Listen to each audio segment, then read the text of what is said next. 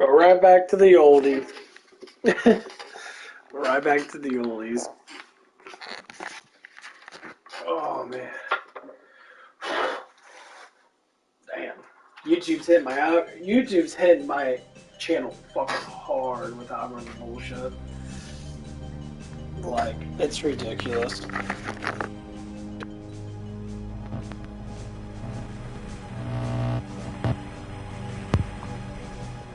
Dude, that's fucking insane. And then again, I got this other guy getting subs a hell of a lot more than me, but he's not getting any fucking views. And my views have gone down dramatically. Dude, this shit's crazy though.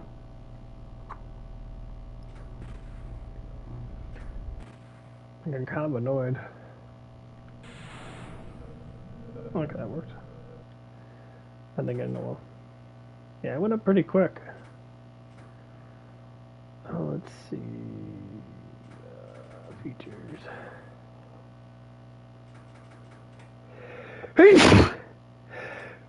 Oh, God, fucking hell, he sneezes. Here we go. This is good, though.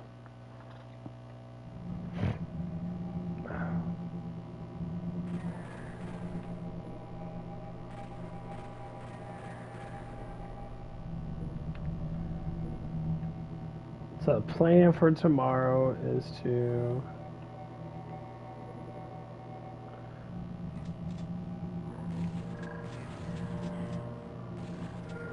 For tomorrow...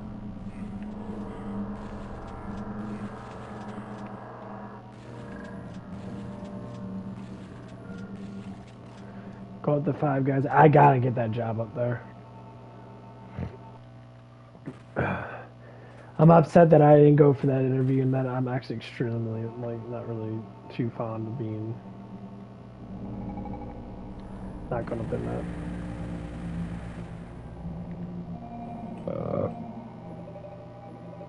But man, my skin was just freaking the fuck out.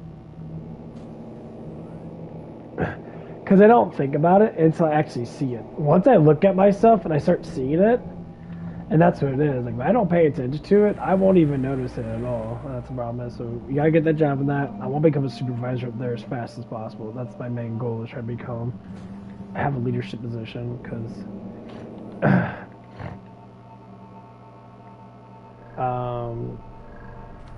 my dad's getting the car and that, and one of my grandpa's old Lincoln cars and that, so I'm gonna be having that.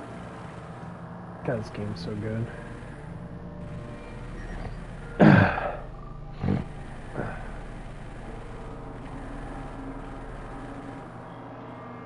And I gotta get at least that progress up. I always had a fear of driving because I never really drove that much. But now it's getting to that point where I'm gonna have to do something.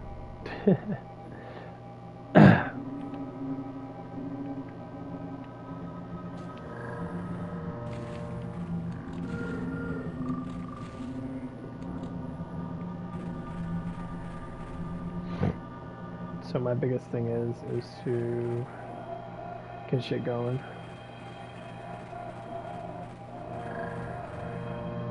Just gotta make some damn chicken breasts here in a little bit.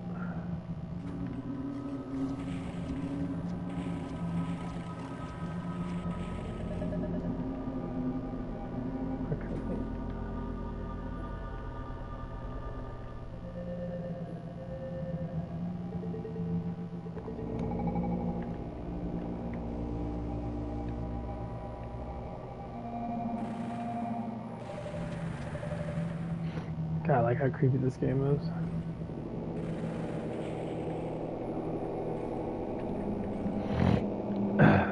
Game's creepy as fuck. Yeah, because I need to make more money. I thought I'd be able to get a management position or get shit done on Denny's that, but my GM's not gonna do shit, so I need to just get a new job altogether, because she's not...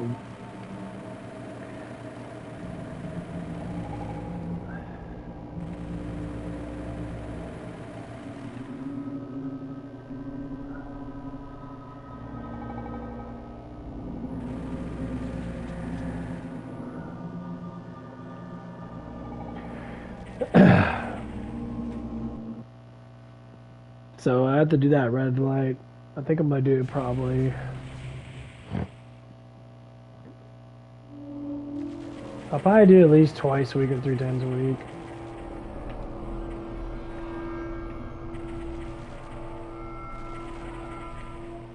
That's my main thing I'm having issues with, so. Dude, but there's sometimes I think about offing myself, you know. Just like it comes inside my mind. That's the only bad thing when you have a suicidal intentions, it doesn't really go away. Not saying I'm gonna do it, but just like I use it as like a pivoting point of like, okay, this is fucking stupid. Like, fear is the best way to kind of keep yourself from going too crazy. I know people say it's kind of weird and that, but like,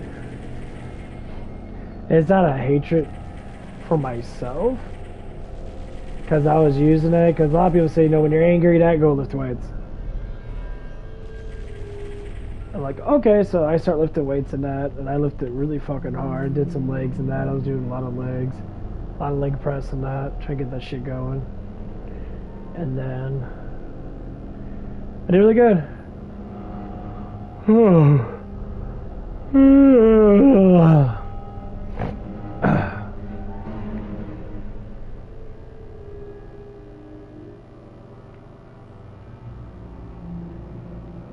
And that's what I'm gonna do again today.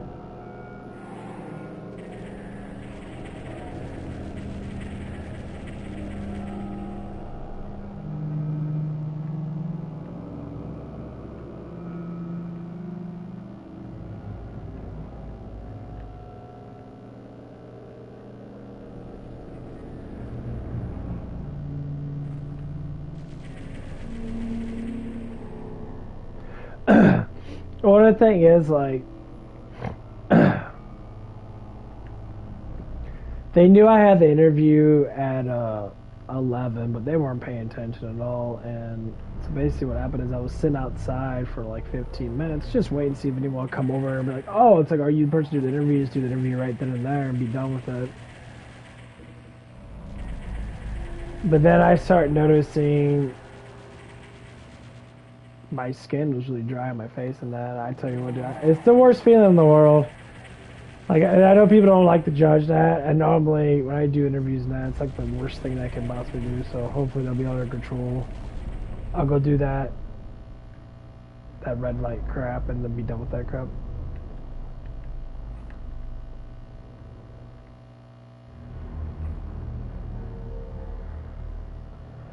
That shit helps out a lot.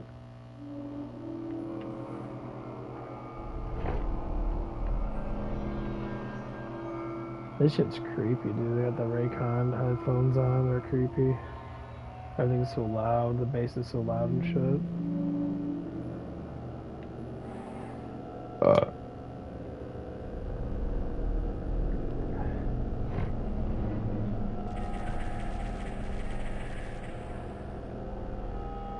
Yeah, I think that's what I'm gonna do is.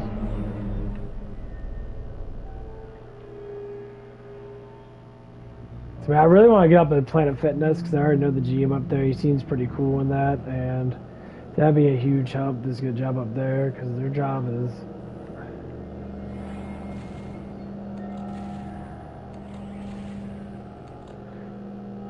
Their jobs, they're really lazy up there.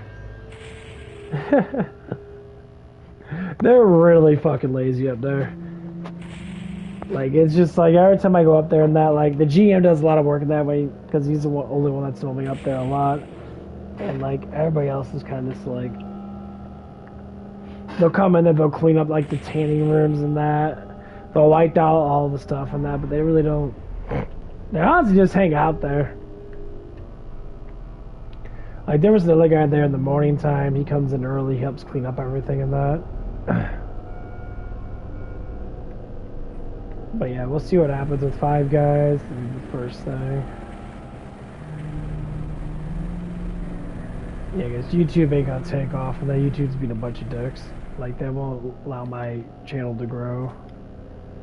Can say, well, it's about what you're doing. Well, that's the whole point of this. Do what I want to do.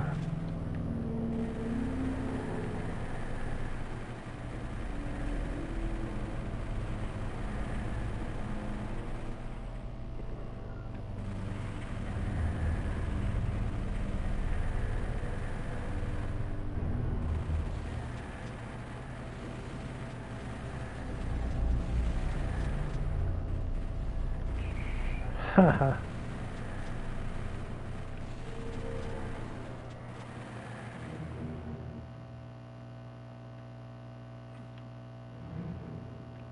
I would have to say, you probably die in this.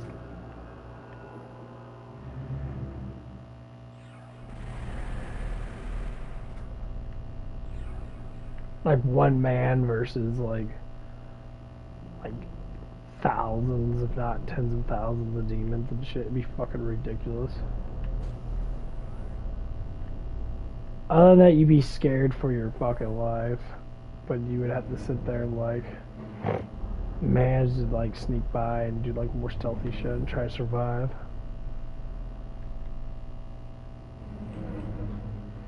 Pretty much you'd be eating people.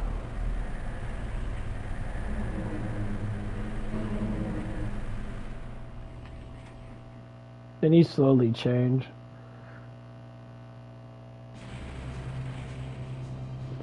The thing is about humans, we're in between heaven and hell. So we're not necessarily demons, we're not necessarily angels. So like if we ever got close, say we ever got into an angel's range and like, let's say we got taught into being angelic in that, which is a possibility.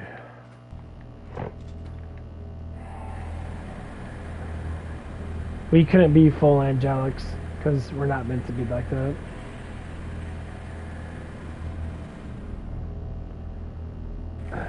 Like humans can be highly spiritual and believe in the beyond type stuff and that.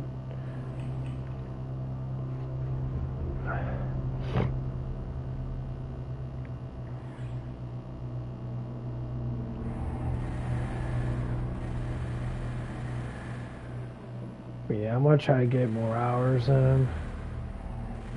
I'm just gonna stay at work, fuck it.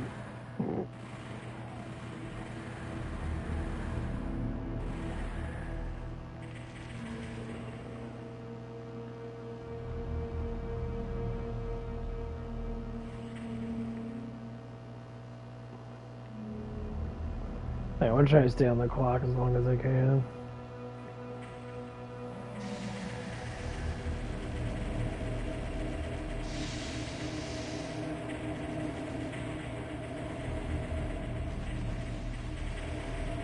These guys are ridiculous.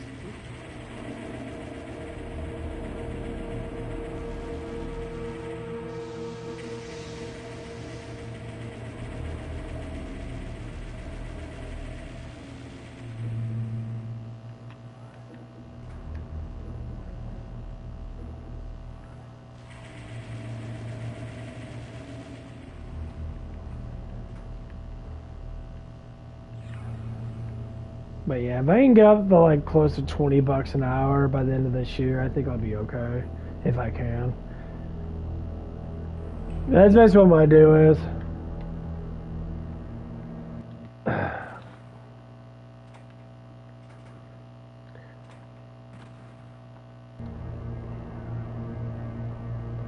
I need to get this shit started.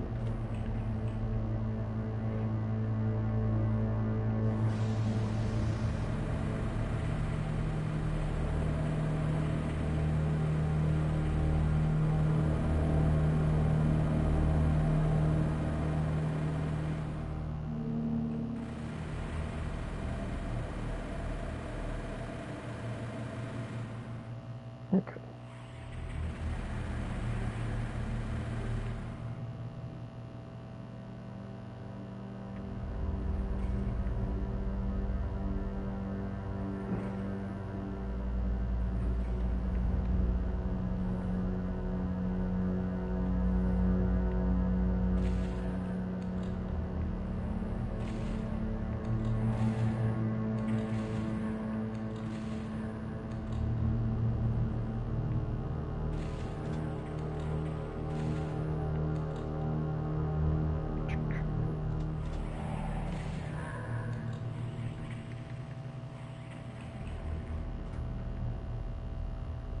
Yeah, I have to blast all these guys. There's too many of them.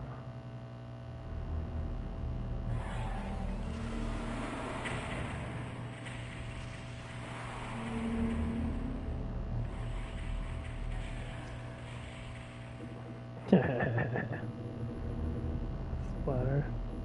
But yeah, I'm figuring out how this whole thing works that with the motions net. So like the more that you do things that you want to do, the more happy that you become as an individual. So like if you do things you like to do and you do it, say like I want to go exercise that. As soon as I talk about it, as soon as I think about it, I have to go do it. If I don't finish those transitions, I feel like I'm not going to be successful. And this is what it is when people talk about money and that. Like, oh, I'll be happy with that being rich. Yeah, you'll be happy being rich because you have to pay more bills. The problem is that the constant work and the constant going through that bullshit is what actually keeps you going.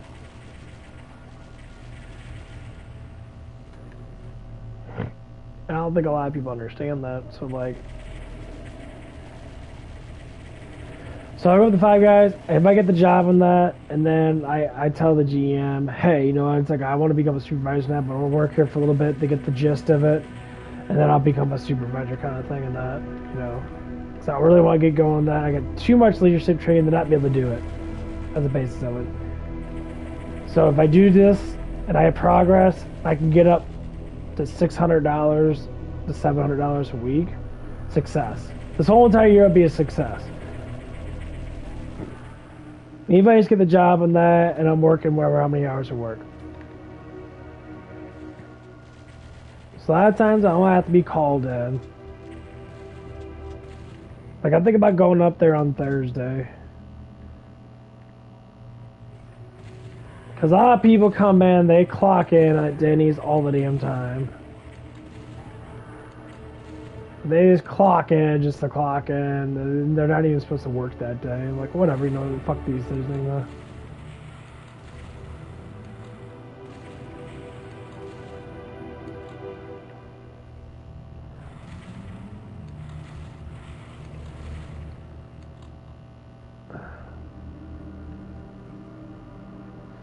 Because the crappy thing is, when you have to sit there, and this is why I complain about my GM so much. When you have to take initiative to make your own fucking schedule, when your schedule is supposed to be up there, it's supposed to be fairly exchanged, depending on, like, you know, what you do in that. That's when the problem starts to set in, when I'm just sitting there like, what the fuck, kind of thing.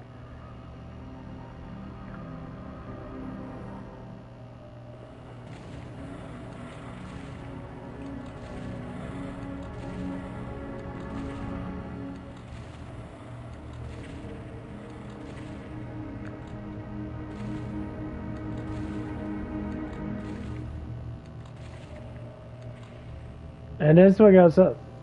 Like, they just cut the hours back for no reason. That everything's been the same. We've been making the same amount of money no matter what.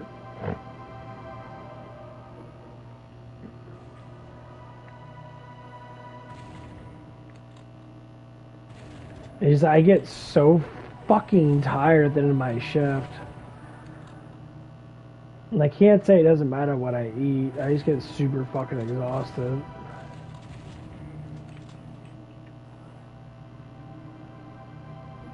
And like I just get fucking tired and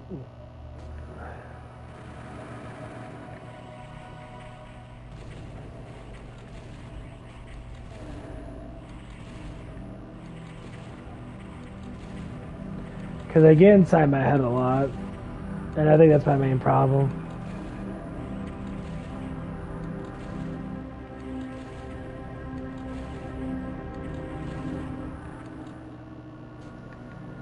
I'm trying to figure out how I can break this enormous amount of focus. Right back. Because the focus is what's getting me. I think it's my pre-workout and that. I get too much focus. My mind wants to like go into like a state of like comatose type thing. And it's really annoying because I'll be sitting there like, I'll blink the fuck out for like a good amount of time.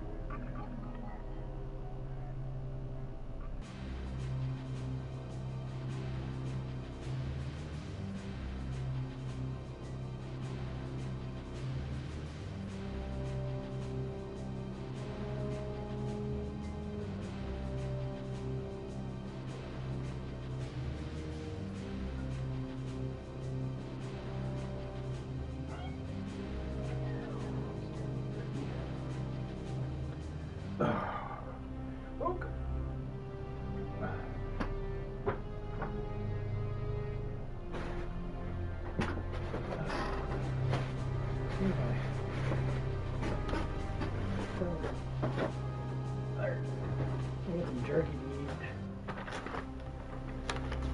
Not a lot, actually. 30 pounds of jerky meat.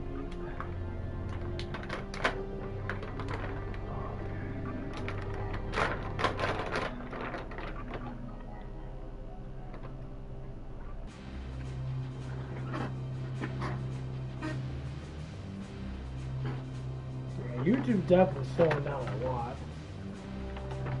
A little too much, to tell you the truth.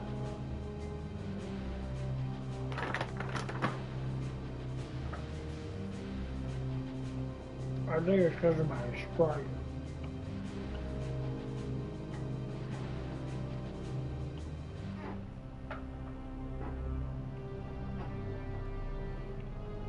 Yeah, every time I get a strike on my channel for stupid shit,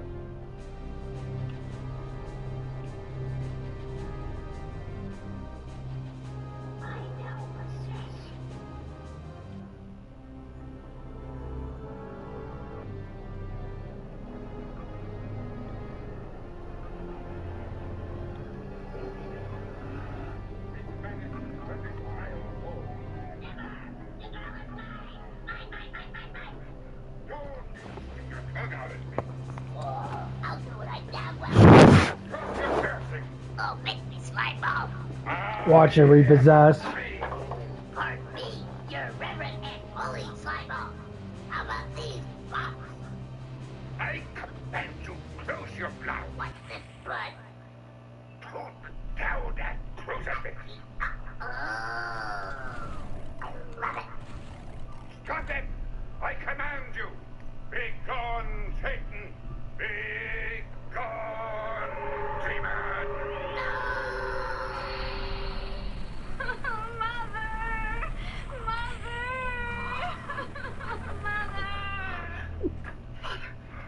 Is it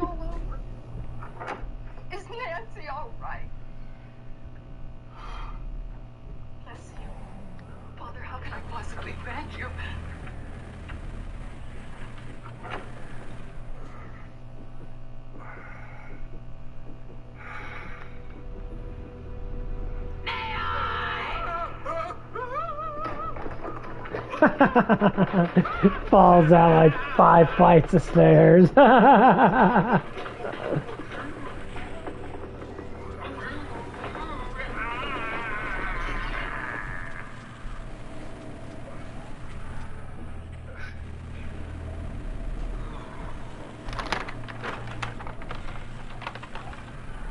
I'll be back.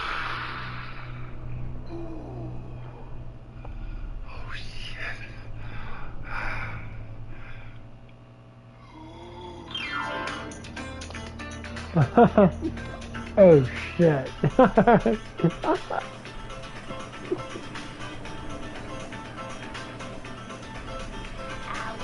I'm minding my business when the devil walked in on me.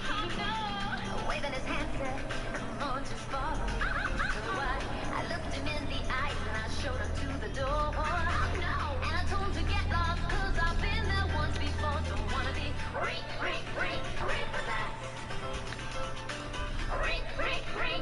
It was made in the 90s, like straight up 90. Maybe when I was born. A little bit after I was born.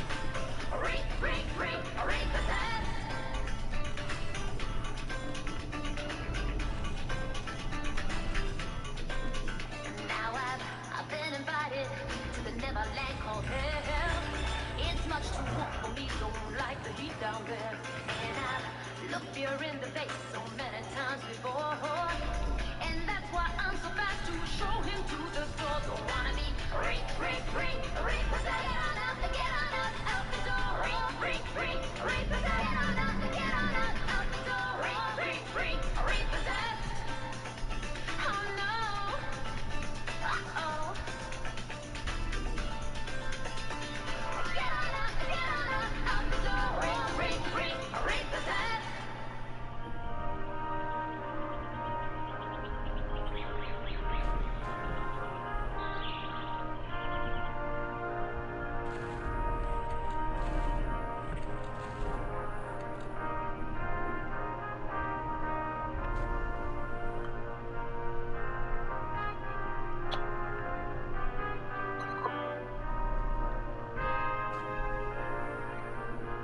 Adams, Lane, Grigsby, your father, the Mormon Tabernacle Choir.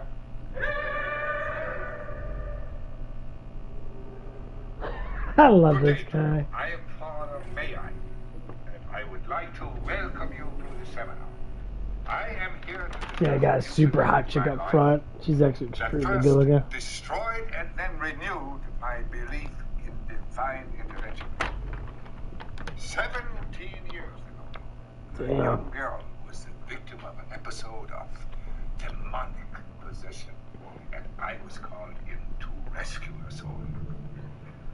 Now, that battle left me broken physically and mentally. But recently, my faith has been renewed. And I believe that even the most cynical among you here will find this story inspiring. Young lady, would you pull down your dress? Sure.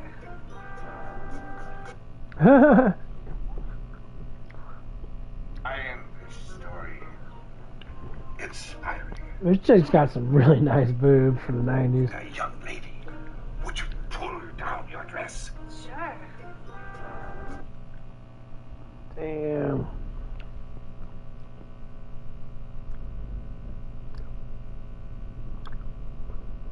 I ain't gonna lie, chick's got really nice boobs.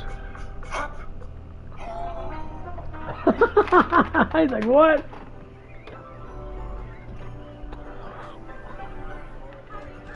I had long since lost track of the child Nancy.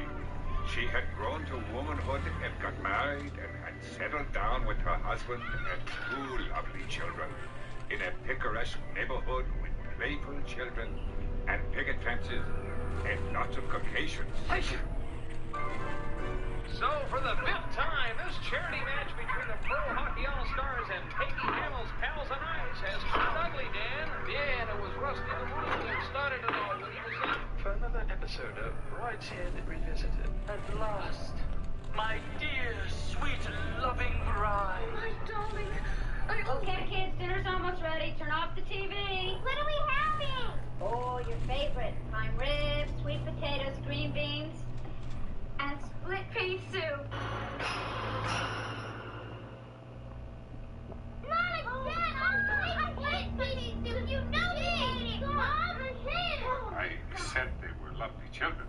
At this point, they had not taken acting lessons. Really, Mom, I want to change my name. All my girlfriends think it's Dorf. Oh, honey, but Frida is such a nice name. Not my first name, my last name, Aglet. Come on. What's it mean anyway?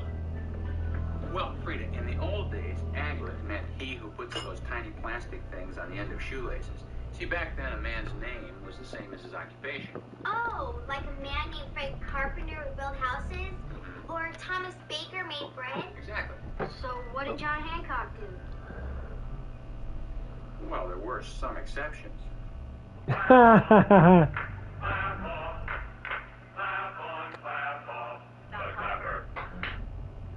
Fuck. Here's Ernest and Fanny Ray Weller.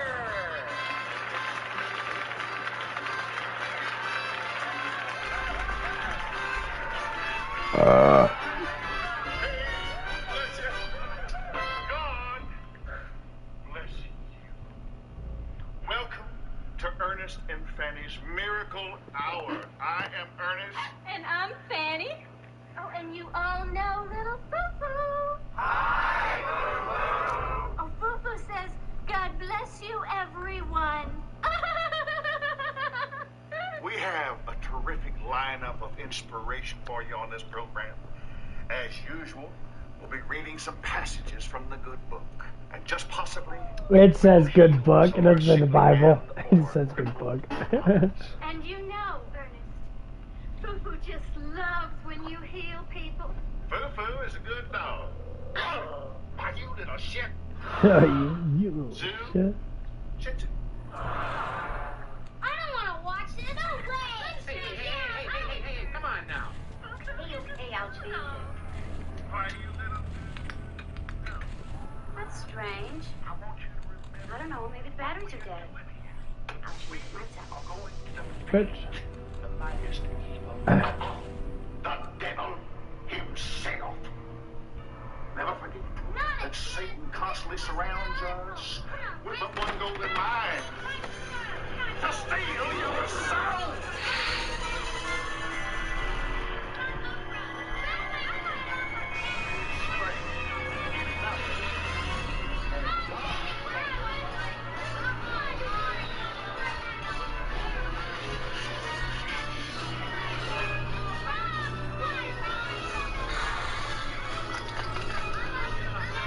Silence! One more word out of you little sacks of shit, and there'll be no more TV for you tonight!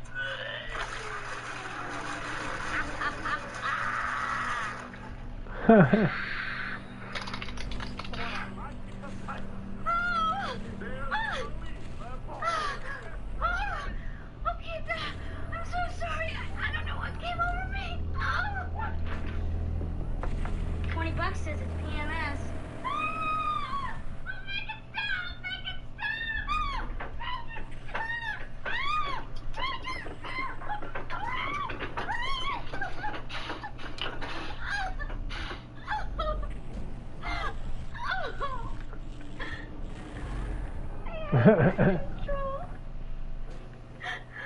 Oh, honey, I'm so sorry. Hey, don't be so hard on yourself. I should have ducked. I should have ducked. You have this thing checked out by Dr. Hackett tomorrow, okay?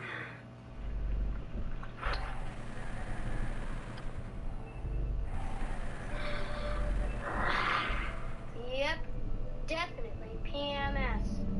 I had no idea that Satan had entered Nancy's body and seized her soul once again. As a matter of fact, at that time, I was so burned out. As they say in California, I couldn't find my butt with both my hands. I took a sabbatical and I traveled. But no matter where I went, the memory of that awful night kept haunting me.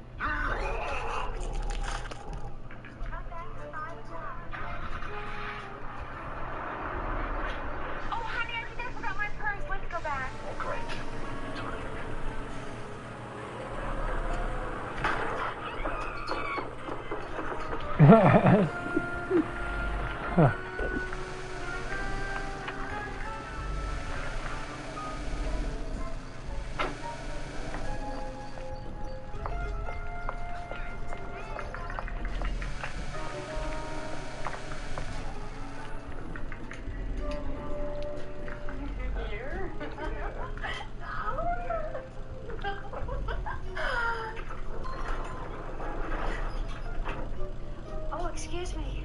Are you getting off?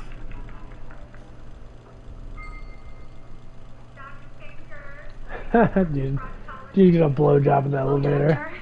Dr. Hackett? No, I'm not a doctor. And But I can play one on the main television. character's like, That's why I recommend new. she got on the elevator, she says, "Are you getting off?" He's just looking at her like, You're lucky, Rick. yeah. Many amputees are fortunate enough to receive a transplanted arm. I know.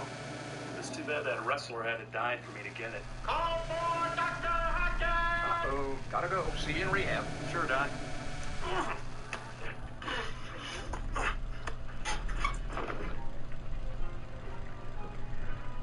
Oh, hello, Dr. Hackett. Hello, Nancy. Long time no see. So, what seems to be your problem?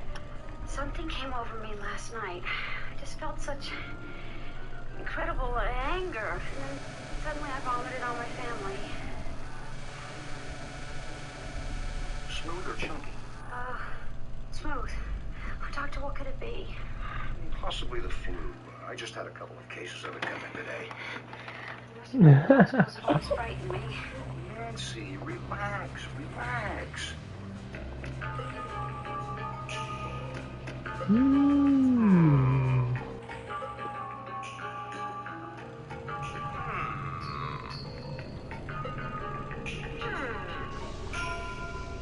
So what's wrong with me?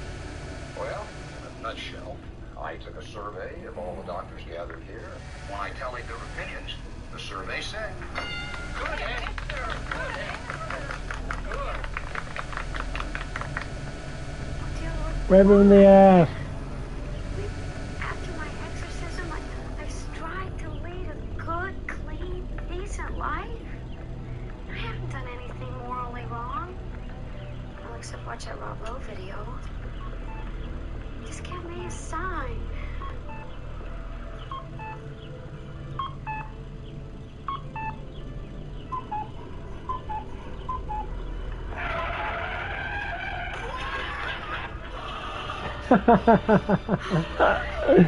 That's funny.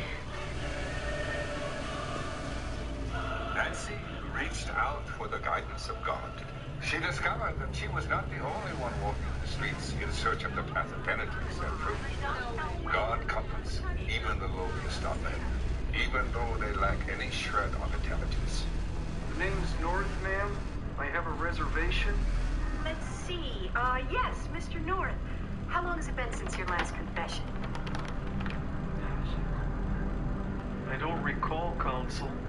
Okay, please follow me. It was here she met Father Luke Brophy, a dedicated young priest. He who gives of himself to someone other than himself will find that he shall receive from that someone something that someone other than he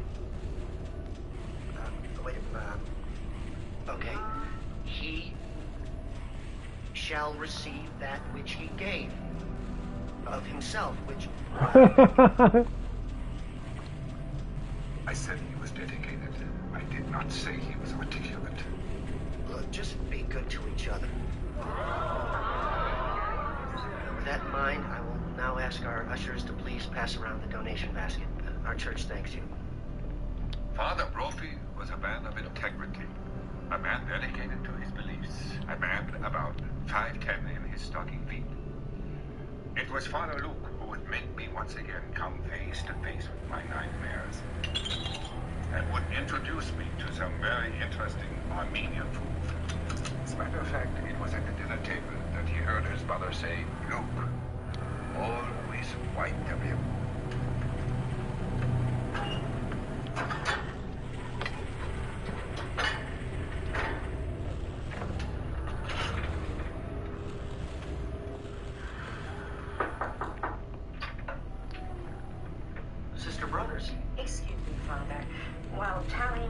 revelations, I came upon this note with your name written on it. Thank you. Father, may I? Yes, yes. Is it true that priests and nuns have orgies in the Vatican? What? Father Luke suffered from the burden of self-doubt, always questioning himself. Was he good enough to be a priest? Should he have been a rabbi instead? After all, they do have Sundays off.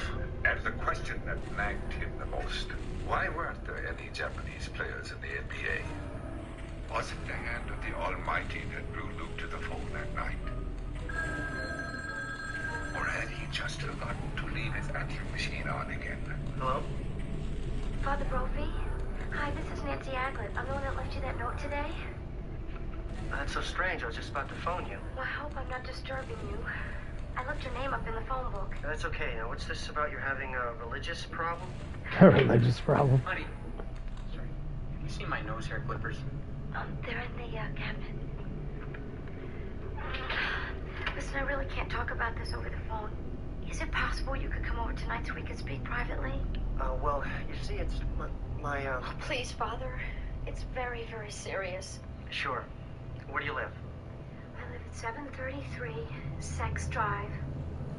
Thank you. Sex drive. Bye.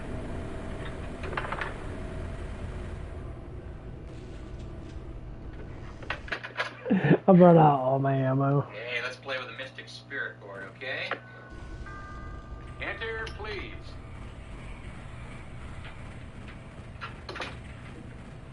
Well, welcome, Father. I'm Braden Aglett. Well, these are my children, Ned and Frida. Hi. Come on, Dad, let's play. Okay. Come on, Dad, please, let's play. In a second. Nancy said you'd be dropping by. Something about her doing some work with the church? Something like that, yes. What should we ask it first, Dad? Oh, well, there's something I've always wanted to ask. Will Ted Kennedy ever become president?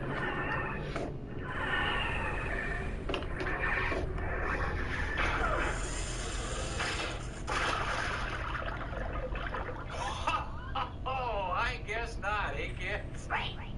I thought we'd spoken about using that thing in this house. I never want to see that thing in this house again. Oh, I'm so sorry. Oh, Father, maybe we could go in the other room and speak privately? Sure. Oh, it was very nice meeting you.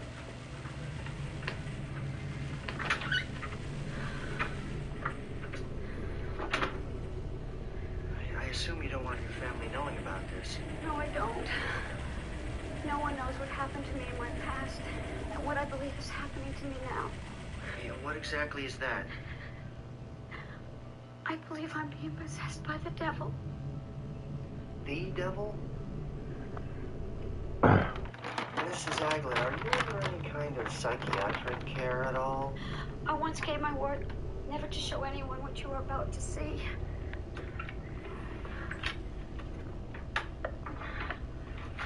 Fuck.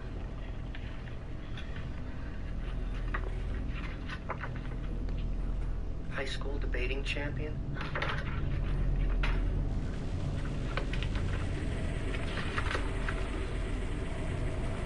Papal seal of possession? Signed by the Pope? Mrs. Aglett, I apologize, but I guess I've always felt that these stories of demonic possession were nothing more than religious folklore.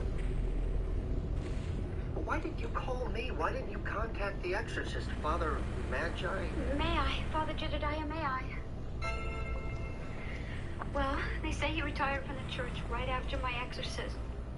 What makes you think that you're being possessed again? Satan's spirit flew right out of my TV set and into my soul. Okay. Oh no, I know it sounds crazy, but it must be true. Father, please help me, please. I'll do whatever I can. Here. Take this. It might help.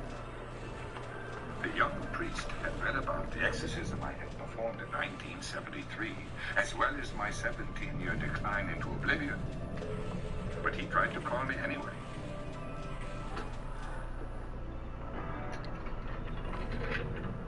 Strangely, my number kept ringing busy. Was it Satan's trickery at work? Or was it just my party line? If he had reached me, I would have told him not to come. I was weak and tired, listless, out of sorts, and my stools were a little loose.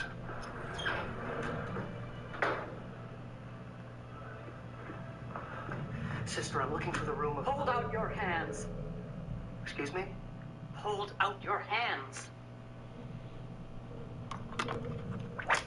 Ow! Don't run in the hallways. Now, what do you need? Which room is Father Jedediah May-I in? Upstairs on the left. Thank you.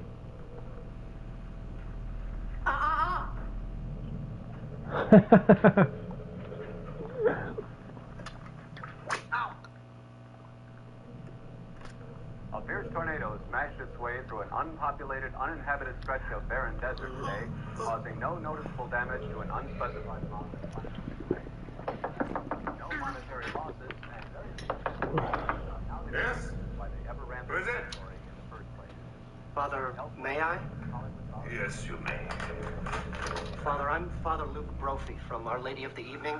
I'm terribly sorry for coming by so late, but there's someone who desperately needs you. Someone you helped a long time ago.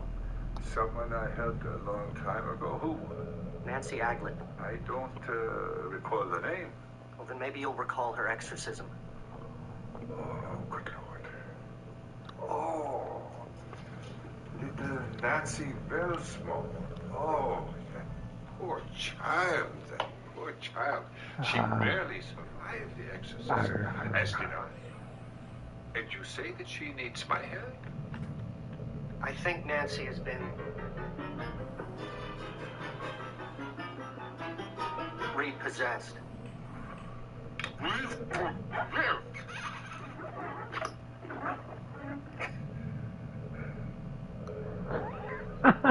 Repossessed? How can you be sure? She's displaying all the main traits. An ungodly voice, maniacal facial expressions, violent spasms. But that doesn't prove a thing. She could be related to Joe Cocker. No. Could it be she's Father, I've seen her. She's suffering from something unholy. Fuck you. Satan has taken her soul again. You have to help her. I can't. But you must. I can't. I said it, damn you. Father, are you all right? It's my heart. It began at Nancy's exorcism. That's why I can't help you. If Satan should find me in this weakened condition, he could take possession of my soul and become even stronger. But if you can't help her, who can? I do. Good Lord, yes. You could do it. You're young, strong. Luke, it is your destiny. There's no way. You see, there's something that I haven't told you. I think I've lost my faith. Luke, I never want to hear you say anything like that again.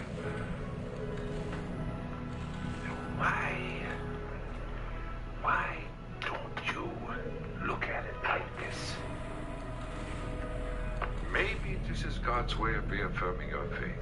While you're saving Nancy's soul, you're also saving your own soul at the same time. Strange ways, doesn't it? Oh, Yes. man.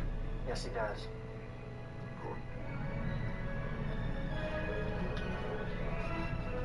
You've given me a lot to think about, Father. Good night, and God bless you. God bless you, son. Now you have a great deal of work to do. And Luke, may the faith be with you.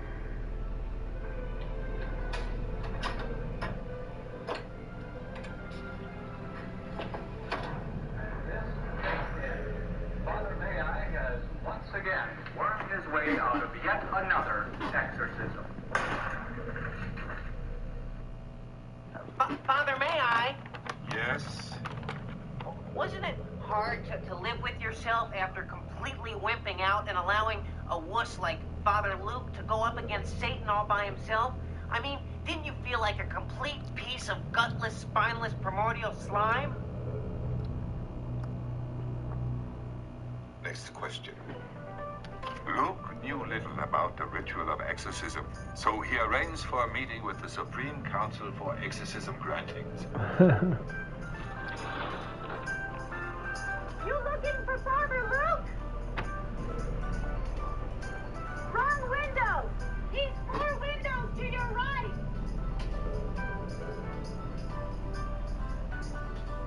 His stomach was acting up like a Yeah, schnauzer. I already 3 days off in a row. Would they mock him? Would they validate I got one more day off. Fuck.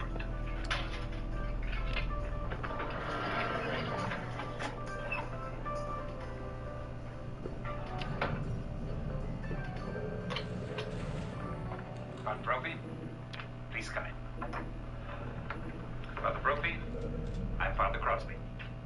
Father Stills, Father Nash, and Father Young.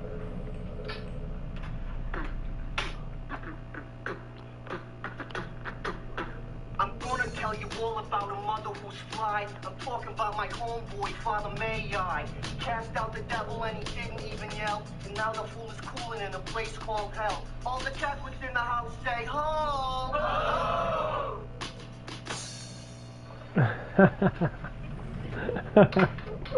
Does anyone know where... Oh, there you are, Ernest. I'm sure you know Ernest and Fanny Ray Weller. Hello? Hello. Oh, Fufu says hello too.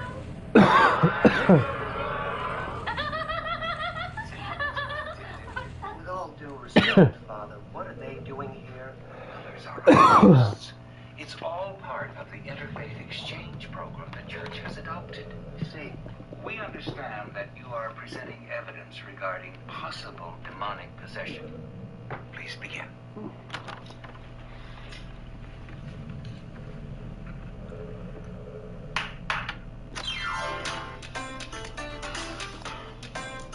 I was minding my business when the devil walked in on me. Waving his hand said, come on, just follow me. So I looked him in the eyes and I showed him to the door. And I told him to get lost, cause I've been there once before. Don't wanna be repossessed. Repossessed. and for these reasons, I feel an exorcism is warranted. Do you have any further information that we might want to consider? Did I mention that Mrs. Aglet also gave me a little head?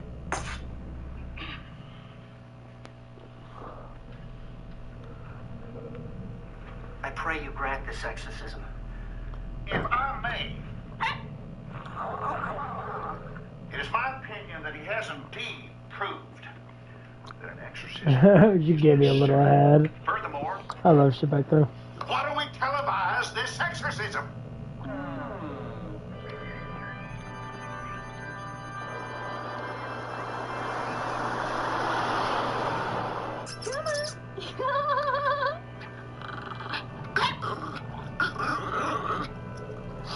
Well, Mr. Financial Advisor, what do you think of my plan? Ever since your little midnight liaisons with that boys' choir went public, Oh, they got Renfrew. contributions have gone down dramatically. Your plan better net $6 million in 2 weeks.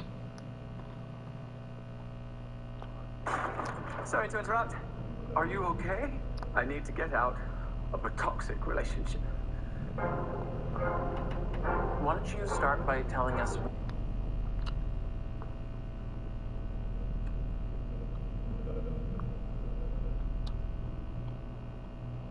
It's $20 to get this fucking movie.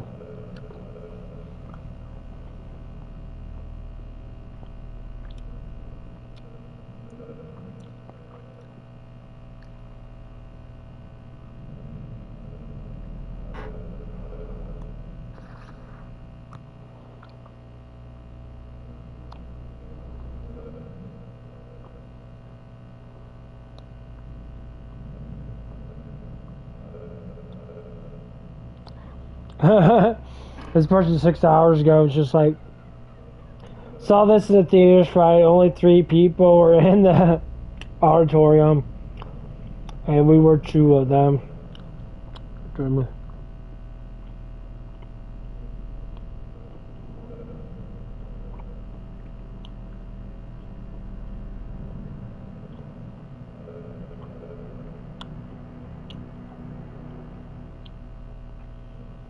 It was all 5-6 hours ago.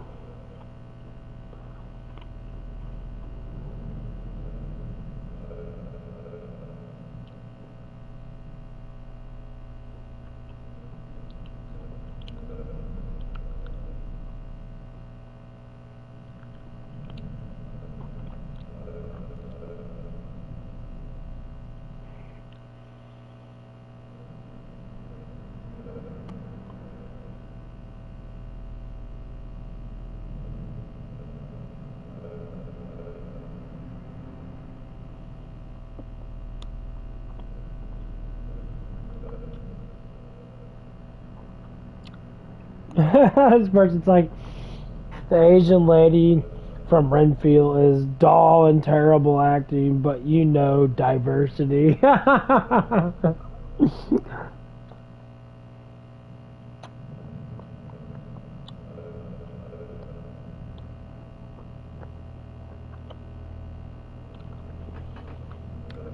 It's supposed to be an awful movie. If it's on YouTube already, Nicolas Cage stinks.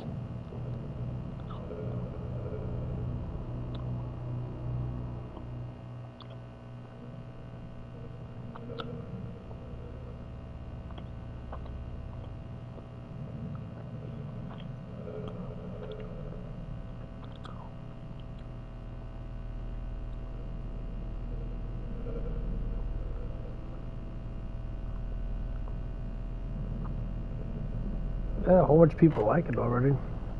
What brought you here?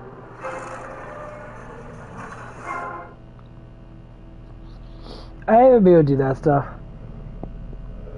When I sit there and I say something stinks, and I'm like, dude, it's a B movie. It's not supposed to be fucking great. So Nicolas Cage sucks. It's like, Nicolas Cage doesn't suck. Nicolas Cage is such a good actor that he can play in fucking anything and be really good at it. He does more movies than Dwayne Johnson does. Not even fucking stuff.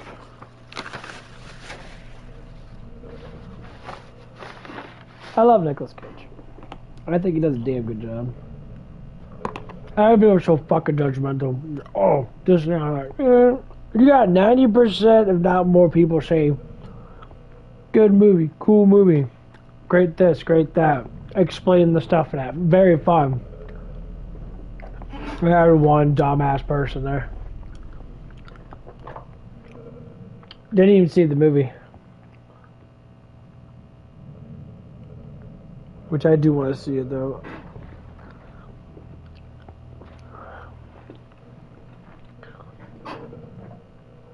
I don't know if I'm gonna pay $20 for that thing.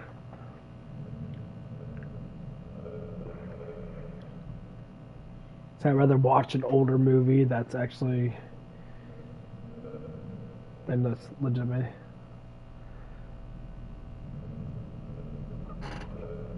Because most of the movies in the 90s that they always show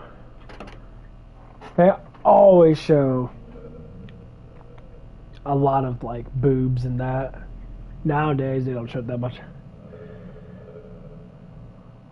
There's not enough rated R stuff. Back then, like, everything was rated R. I mean, they have stuff out there, but like a lot of it's PG-13 crap.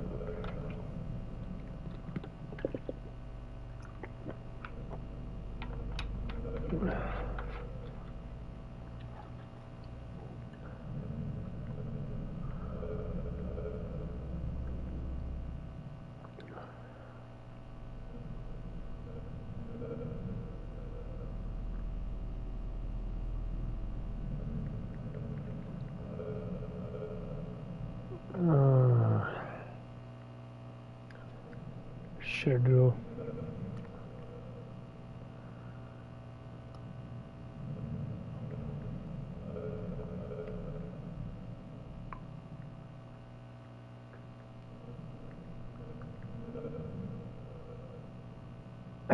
What's all these porn star based girls always like sitting there doing these shows and shit? Like this one black girl, I think she's a comedian. She's got huge fake boobs. And like, how do we do that?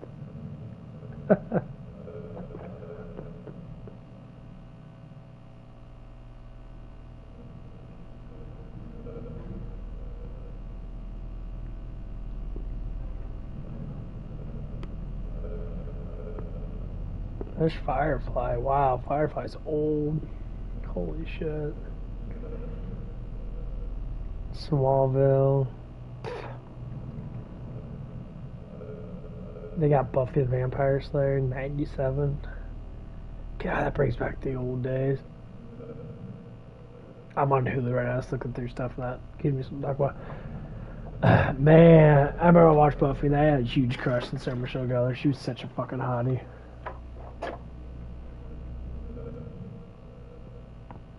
But like, back then, like, aliens, vampires and zombies were huge back then, especially vampires. Got Roswell. Roswell's pretty good. They got Angel. Shadowhunters. I think the book was better.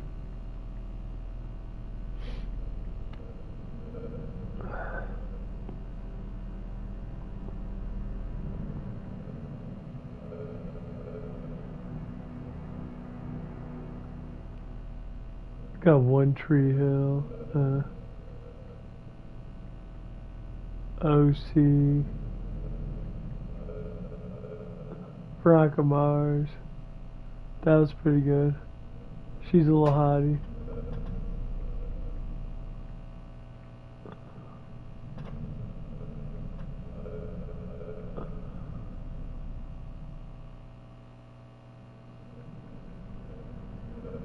They got so many movies, like the newer ones with women being empowered and women doing this and being like a man and that. Like, dude.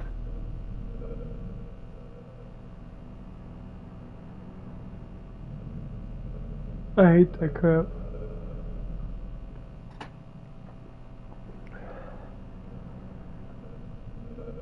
Like, I get it, people want to do that stuff, but to me it's just like, you could have an empowered woman with a man. You can't have, like, the woman being a leader and empowered over a man, because that's not how, it's not supposed to be like that.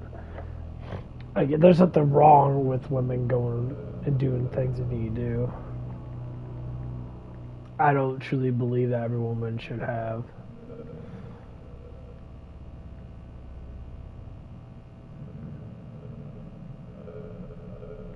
I don't think all women should be to make babies, not.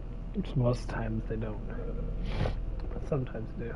Depends if they fall in love with someone or not.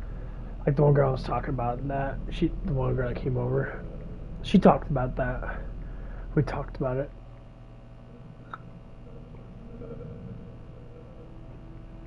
And she was just like, yeah, I do want to have kids with the guy that she's currently off and on with, I guess. I'm like, why? You can get someone else. You get someone else that's better. But I get what you're saying, that, but like, it's gonna be toxic as fuck because he's a moron. He just doesn't care for himself and stuff like that. I try to explain that to a lot of people now. But they always want to give in to I'm in love type thing. Like,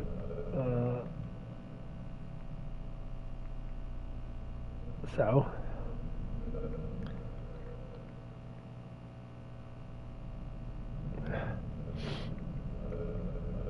I mean, you could be in love with someone and still understand. But women do this a lot. I listen to this a lot, and I hear about it. And I hear about girls like, oh, I want to change the guy in that. He's like the worst person ever. He's like massively like stupid, ignorant. It doesn't even matter. And just like just like people saying that, people repeat the same thing over and over again. Guys like me or guys are like really into psychological affairs and that. They always say, you look for enormous amount of red flags. Like, the dude could be the biggest piece of shit, loser-ass dude, not have a job and that, sits there, smokes weed all day, gets drunk all day, or whatever it is, and, like, they'll find so much emotional overload in women will gravitate towards how fucking broken that man is. Not all women do that, but there's so many of them that do.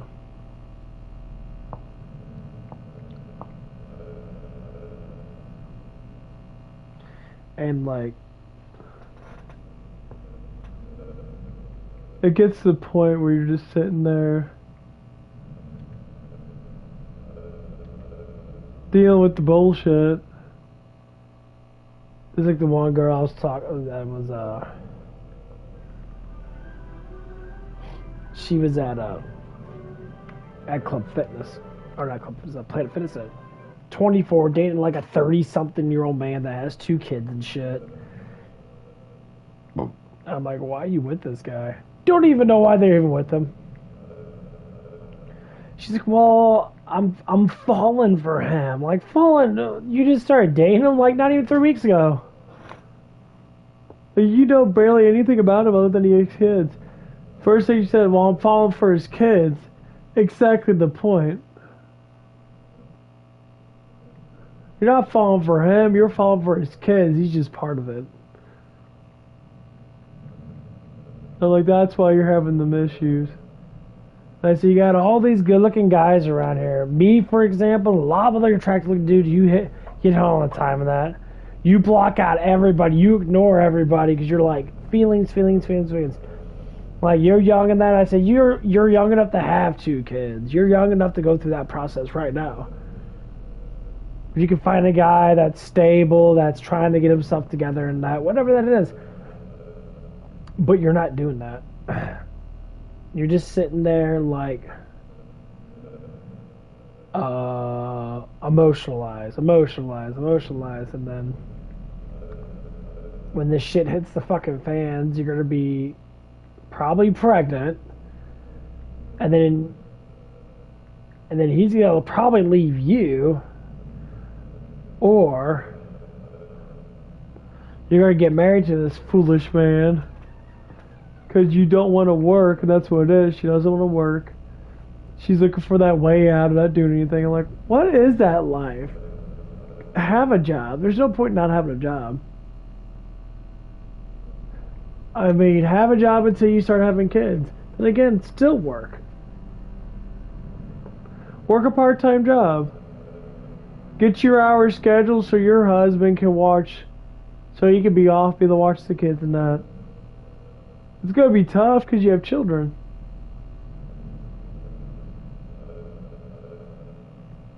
You got to deal with a lot of bullshit. When you walk into a relationship that already has children, you're like, well, fuck. You maybe think that he wants you there because he has children? So he can fuck around while you're watching the children and he can go play with other women? Of course you're not going to think that because you're ignorant to yourself.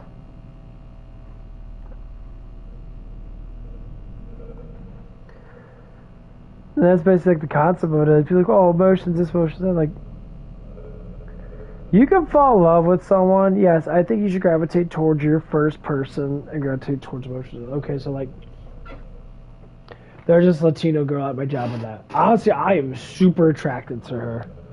She's super cool in that. She's funny in that. She's super gorgeous. She maintains herself. She talks to me in that. We laugh together. We're constantly going through this emotional thing, but it's not heavy emotions. I know where I stand at. And I noticed that she likes me. Like, she was like giving me candy. She has asked me if I had a girlfriend, that. And she didn't know how to say it, but she brought it up in that. And from her point of view, she's 21, I'm 33, so I've been through the ropes already. She just pretty much just got into the country and that. And she's looking for someone to mingle with and that. And she's a very pure-hearted person, that because I'm thinking that she's still a virgin of that because she basically said that she is. She said that she's a good, a saint kind of thing. And like, it's massively attractive looking. It's so attractive. It's beautiful. Because it means that she has not been touched. And this is what a lot of guys talk about that. So like girls with, this is what they say. Girls with massive body counts, you get less and less, you get more and more comfortable with that sort of thing. It doesn't feel like you're with that person. So like this person's a pure-hearted person that, I'm not saying there's a chance I'm going to do anything with her. But if it came down to it, she talks to me a lot. I have her number and that. We're trying to communicate and that. It's a little difficult and that. But the thing is, she's happy around me because she's around me. I talk to her a lot. We giggle a lot. I do stupid shit and that. I'll do like, certain voices or make certain noises and that. She's laughing, giggling, that kind of stuff. Everybody else, it's like either like sometimes it is, and other people are like massive attitude, or they're fucking just really trashy sounding that. They would be like always like me.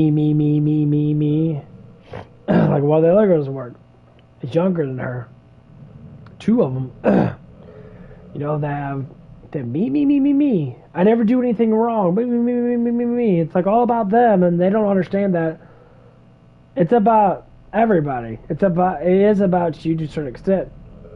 But when they get caught with stuff and that, this is the difference between her and them.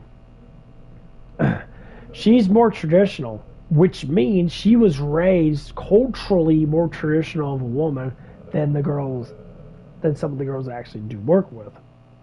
She's giggly, she's feminine, she talks to me, she flirts with me, she comes up to me, always gives me smiles and that, I mean, she's always trying to engage with me. Other people have seen it, when I walk by her that she checks out my butt or she looks at my face a lot or she does all these things and that. And then when she started showing her affection towards me, I caught it, and that's when she asked me if I had a girlfriend. I'm like, no, it's like I don't have a girlfriend. That's been, it's been like a decade or 10 years, so I had, go on her phone and that and type in year so that she would understand what year is. So I'm slowly getting her to teach herself English, and she's teaching me Spanish. So I know a little bit of Spanish and that, like certain things and that. And so that's the engagement that men really fucking want. And we don't have that engagement. Well, it's like attitude. Fuck your feelings, I only care about my feelings. No, it's a mutual thing. You gotta care about each other. So when I try to talk to younger women that have that problem, that I always tell them, you're not gonna find a man you want because you have an attitude problem. Most alpha male or semi-alpha male type people will not date an argumentative woman. Why? Because it's too much to deal with. They're too busy working, too busy making money, they're too busy doing things. So when you actually teach them that, and then they'll be like, I mean, if you want to do what you want to do what you want to do. But I think the act of learning is don't give any attitude at all. Learn. If someone tells you something, they're not saying it because they're being ignorant. They're saying it because you're doing something wrong, and you don't believe that it's wrong. Well, when you do something that is obviously wrong, and then you yell and scream about it after someone tells you no, that's the problem right there. You were never disciplined as a person. It's not between woman or man. It's between people. You could teach yourself discipline, yes. You could teach yourself all kinds of things. But like when you actually get an actual woman that's more traditional than the rest, and that younger girl and that, she always flirts around with me that. I don't care, I think it's fun. She does little things that I just ignore it, or I just kind of like blow it off. She's asked me like, why do you like the manager girl? No, because I like one of the managers that work in that, I have a thing for that. Honestly, I think she's very attractive looking at that. She's not super. She has a feminist like thing with her there. I mean, she could be, you know, she'll say aggressive stuff. She'll be a little mean, but that's just a trait of how her culture is. But she doesn't give an enormous amount of attitude. She blows it off as sassy. So it's a form of flirting, form of, you know, a woman's communication. I told her, I'm like, oh, she's sweet. How's she sweet to you? Like, because she doesn't get mad at me anymore and that. She actually is really sweet. She understands that I like her a lot. See, like, you're constantly argumentative. Every time someone tells you something or does anything that, the fuck they won't even do that. You immediately think people are attacking you just because you think everyone's attacking you. I'm like, that's a problem. You gotta grow past that. And I was upfront with her. Like, you're young and that. I was telling you right now. You gotta grow past it right now. Because your problems can be solved if you just sit down and listen. Especially if people are very not argumentative. When you don't give an attitude with every damn thing that happens because you choose not to listen or because you can't listen because you might have issues in that, then that comes down to why you have problems. Like, I always like to learn. I'd rather be stupid and learn everything I need to learn and then adapt myself to the knowledge I already learned. It's like I got 5 guys in that. I already know how to do all that stuff. I have to learn the computer thing again, little things, blah, blah, blah. That's very easy to do. I already know how to make all the burgers, because it's very obvious. Everything's on the screen, that, blah, blah, blah. You know, I have to learn certain things of that. But I already know how to do it. Pretty much I already know how to do the job. I can walk in and just start working at the pace that I need to work. I might be a little slow at first, because I do not like showing off my talent. I'm a very quick individual. I like to throw stuff down very quickly, and that I do all the time when I'm doing dishes. And people get a little upset with it in that, you know. People don't like the sign of power of seeing someone that does things faster than most. It's got jealousy and that. Like, grow the fuck up. When you mind your own business and that, and you just say, good job, you did a good job today. I never see that a lot. I have to say it, and like it motivates people to work better. But like when you don't hear it a lot of that, we're supposed to be a team at this job and that, and like we're not. This is why things fail. Like when you get hired on to an employer thing, and this has to do with the attitude problem, the emotional blah blah blah. People are so used to working, or say working very low amount of quality, and they're getting paid. They're getting paid for low quality work. And when the leader doesn't throw that down and say, hey, you gotta start doing stuff in that, then more or less likely it comes down to, okay, how fast can I get done so I can go on my break? That's how I think. So how fast can you get things done? Okay, well, I can get things done pretty quick. So if shit does build up that, I get it all done, that blah, blah, blah, I'm done. Like Friday. Friday and Saturdays are normally the heaviest day.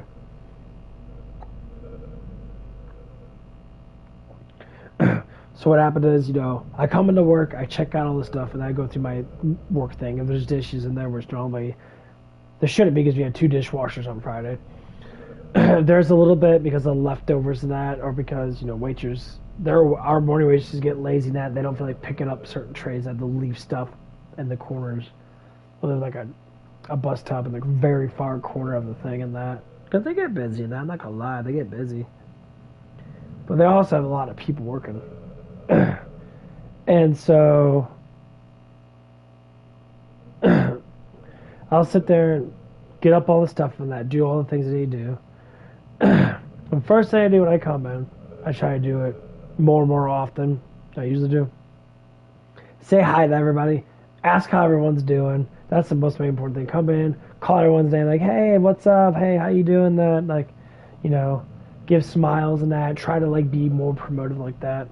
And because that sets the stage for that day. Come in. It's like when you eat morning. when you eat breakfast.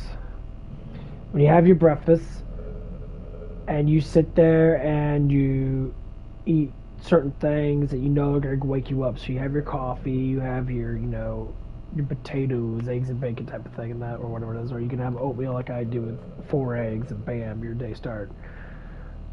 With a cup of coffee, or you have an energy drink. Your day gets more brighter. And then you think about things you want to do. Okay, I'm going to do this. You do it. And bam, you're better. That's how does it work. You got to set the stage. So if I go in the Five Guys and that, I'm going to set the stage. I went in there before and that, and I see that there's young girls there that are going to be attracted to me as soon as I walk in that fucking bitch. I already know that, and I already see that some guys are going to be jealous of me as soon as I walk in. I'm not going to be anyone's fucking friend. Because every time you walk in a place, especially if you got size on you, you look like a fucking man. Other men do like, blah, blah, blah. They instantly do it. I already know it's going to happen. Instead of looking up to me and saying, oh, how'd you get like that? Can I exercise with you? They look down on you because they feel bad about themselves for not doing it. Like, okay, whatever. I work out rather hard, work out harder now than I ever did. And I already knew that. I walked in there before and I got some food and that. I was super nice to the guy and that, and everybody, I said goodbye to everybody and that. Like, oh, you guys have a nice day and that, don't work too hard kind of thing.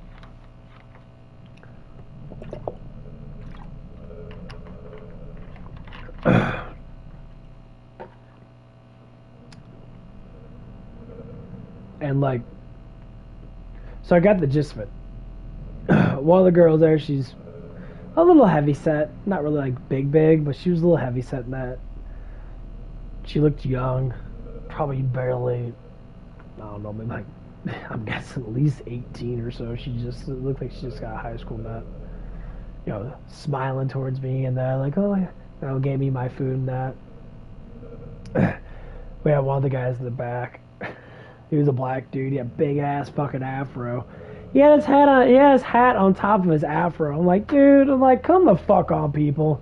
I'm like, you can't hire someone that's not gonna be able to groom themselves to be able to put a fucking hat on. I mean, I get it, but it looks so fucking stupid, and it's just so annoying. I mean, I wear my cap and that because I have a skin disorder. I like to keep my forehead covered because I have a skin disorder. I like to keep my ears covered and that because of that. That's why I most likely wear it a lot. It's more professional for me to cover up something that's going to be around food. That's the whole point of it. And it was just so sketchy. And I'm like, what the fuck? Stupid. Like, oh my god. And the dude's afro was huge though. It was all puffy as hell. He had it was probably at least 6 inches high, and he had a hat on top of it. He just walk around. I was just like, holy fucking shit, dude.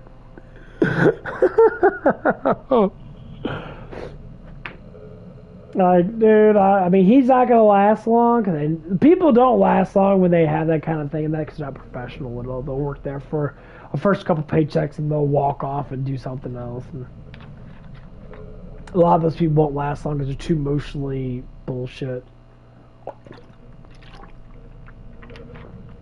But that's when it's time for me to get my full-time hours and start working to make my money. Because I can swing that business very easily. Then people look so fucking slow. The guy didn't even, cook enough of he didn't cook all of my burger. He was waiting to cook another patty, and the patties were tiny patties. They didn't fill up the bun. Because he pushed the 2 patties together. He did 2 separate 3-ounce patties, and they were small as fuck.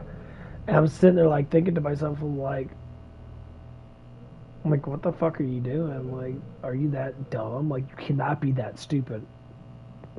You literally made the sandwich.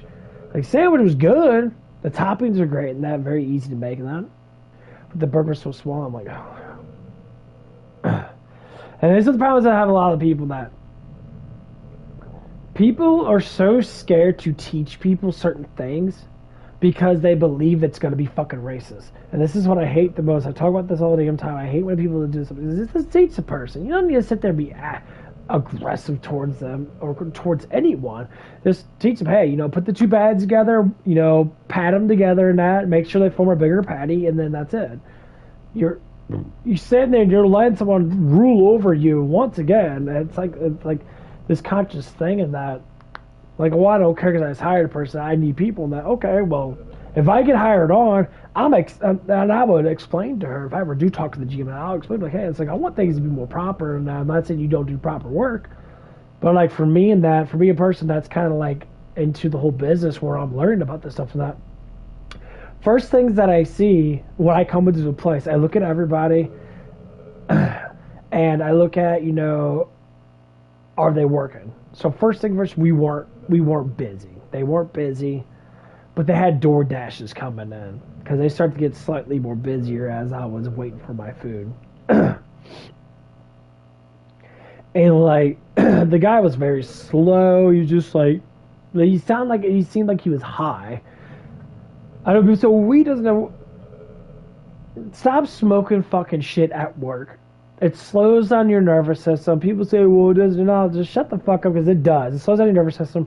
You're so used to doing it because that high feeling is adapting you to be able to get used to it, because then your nervous system reacts better. The more you smoke it, the more your nervous system can react to it.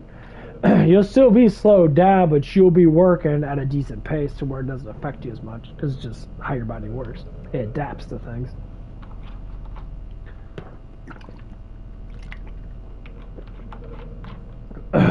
So like, I'm going to try to be as professional as I can be. And I'm getting all excited about that because I like that kind of thing. I like to be able to come into a place and make it better. That's what I'm trying to do at my Denny's. I'm trying to make it better. But I'm not getting any choreographics. All the managers that I work with are all saying the same thing. People are saying the same thing. I hope the manager I work with, me and him had a discussion about certain things. I hope he has my back, and because I got his back right now with what's going on in his situation. That I finally realized certain things and that, and how he's doing it is rather kind of idiotic. But whatever, that's who he is. But when I was talking about it with him, because there was an issue at work and that, I said, you gotta do things for yourself. I get that you're trying to help people out in that, but you gotta stop. People with holes in boats will always sink because they're too dumb to plug up the hole.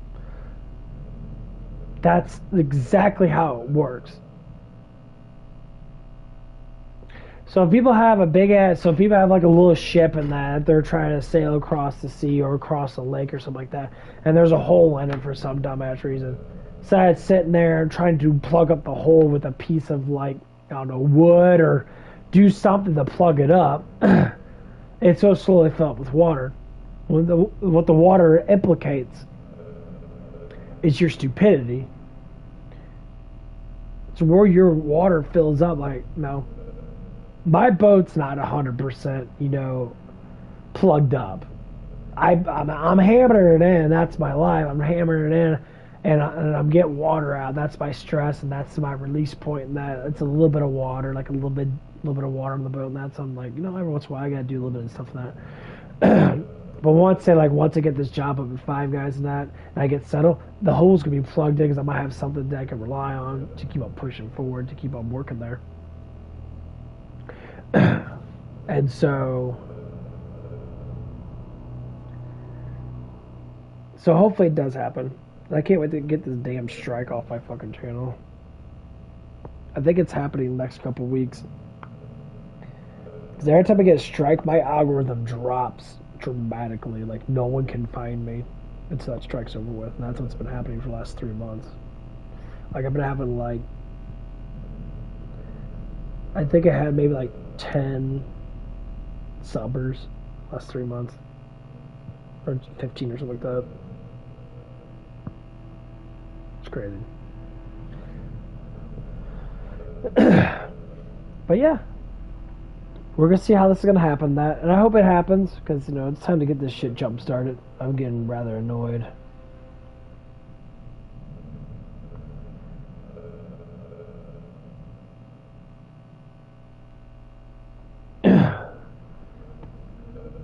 Because then once I become shift lead, that shift lead position is going to pretty much keep me there.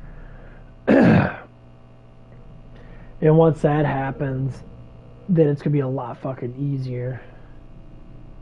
I mean, I don't know what else I'm going to have to do in that, but more or less likely it'd be simple stuff that I won't have to work as hard because I'll have people underneath me. And that's what I want. I want to be a full-fledged leader. So we're going to have to see how that's going to happen. That I don't want to be hired on as that. I mean, I could. I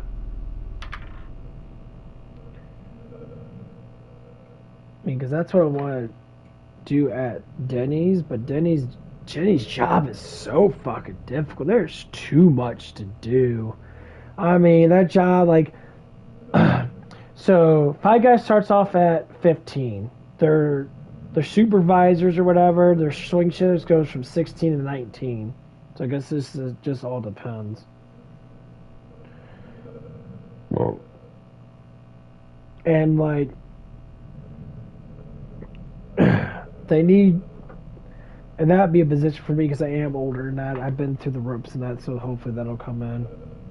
And like, I know some people are gonna be like very like, I can already tell some people are gonna be very like stupid about it and that.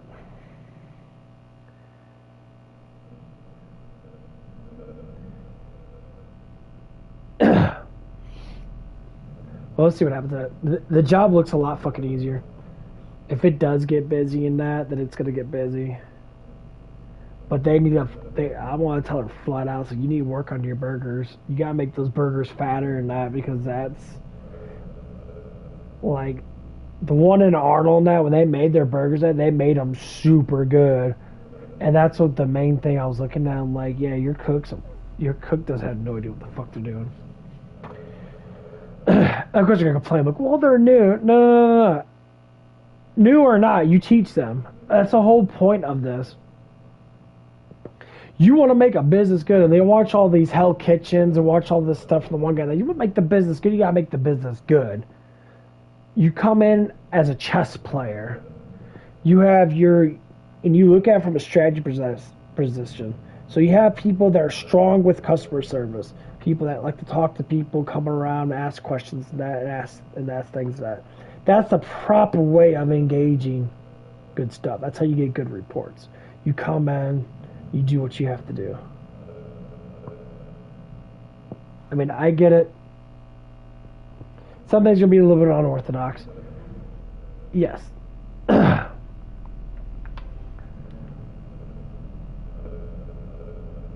You know, you have to deal with some things that blah, blah, blah.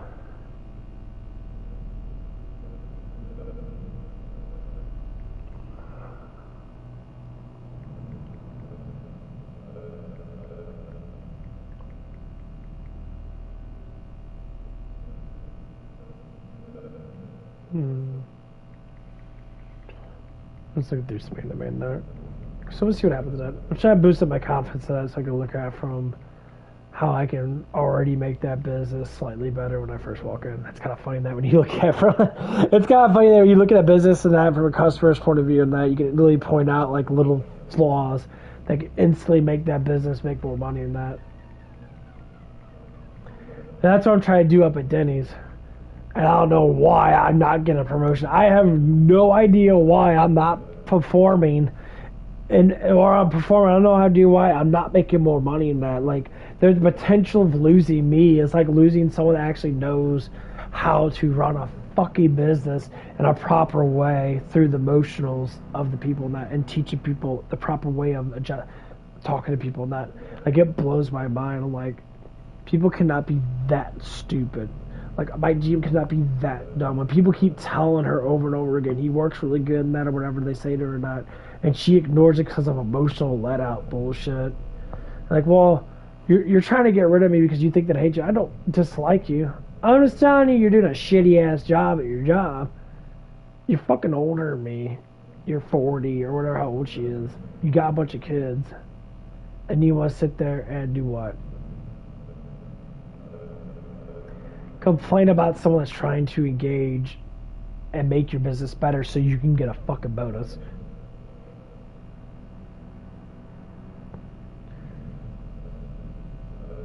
It's that ego bullshit, and I don't know what the fuck's wrong with people in that they always look at, well, you're just a dishwasher. Like, the position of my job doesn't make me any less stupid or smarter. It's what I do outside of work. What do you do outside of work? You probably do absolutely fucking nothing. You probably sit around all day and just do stupid shit and you never learn anything. I'm a advanced learner person. I like to learn. I like to engage myself in situations and figure out how to deal with it. I like to play my chess games in my mind. I like to learn all these things so I can adapt to a better environment. While you're sitting there, work's all I have. That's cool, but that's not all I have. I got 3 jobs. I research emotional development. I research human development. I research, spiritual, development. I research all these things, and I got 4 or 5 jobs going on constantly, just thinking around my head about this and that, this and that. I meditate enormously a lot. I have to fucking exercise in that. So, like, when you look at the lifestyle of someone else compared to the lifestyle of, say, a person like me, that I push myself to these limits of, whatever it might be, it's so funny in that they're like, oh, but you get paid more. Like, okay, you get paid more. So now I know I should be a millionaire, okay? Because I don't see anyone else doing what I'm doing. And when people start, saying all this stupid shit and that, and like complain a bitch and moan about, I'm like, dude, okay. If you could do what I could do it. I mean, my meditations are legendary because I know how to perform them. I know how to shoot an enormous amount of energy through my nervous system. I know how to open up my brain more so than most human beings because I know how to do it. I know how to project myself into go into a state of mind where I blink the fuck out. My emotions turn off and I don't really think about anything. I just kind of like dive myself into things. I know how to gather energy in the palm of my fucking hand, which some people could do, but not very many. I know how to expel it into my body from the energy, because we have ether around us. That's why flat earth is so important. We have energy around us that we could be using, but we don't use it. We're so scared to use that. I'm researching that to know how to use it so humanity can be better. Now, you have to go into it, yes. You have to learn how to do it. That's the biggest problem, is people don't want to even know it because they're so stupid. They really worry about what's on, how much pussy they're getting or whatever the fuck it is. But yeah, I mean, that's seriously, there's a lot of things you can learn if you close your eyes and just breathe and just feel the things around you.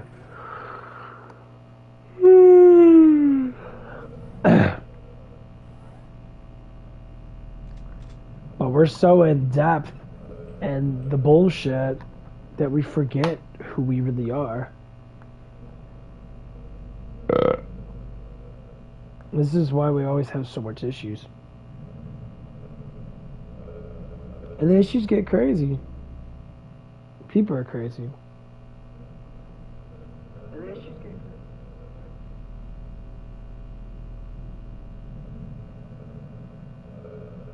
Cool.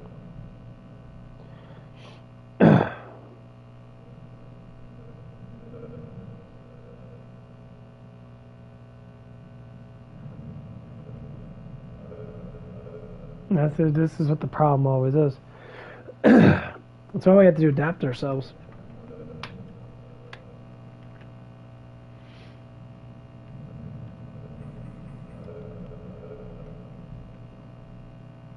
No, I did all this meditation stuff and that because I need to survive, because, having the suicidal intentions that I had back then, I had to figure out a way to get over it, and this is like a wipe clean type thing.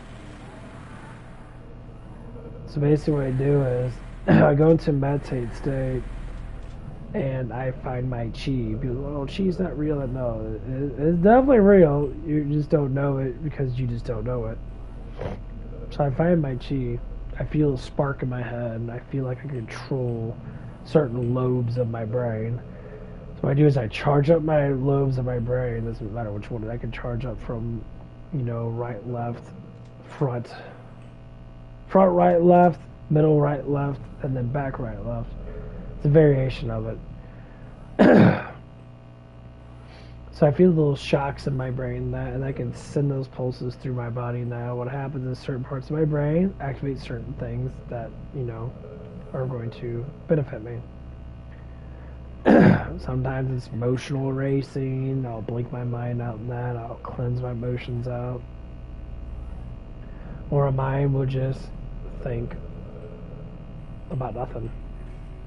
And I'll flush my body out in that. It's like when you focus on something so hard, like a movie or a show and that, and all of a sudden you go and do what you were doing before, like playing the game and stuff like that, and that game feels like it's more fun. That's basically how it is. And laughter is one of them.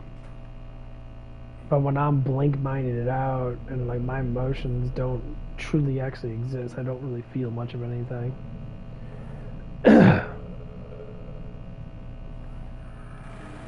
And so that's what it is. I blink out and I'll do little charging methods to my body in that. You know, so I'll sit there and I'll do muscle tightening techniques with my nervous system, that where I'll make my muscles.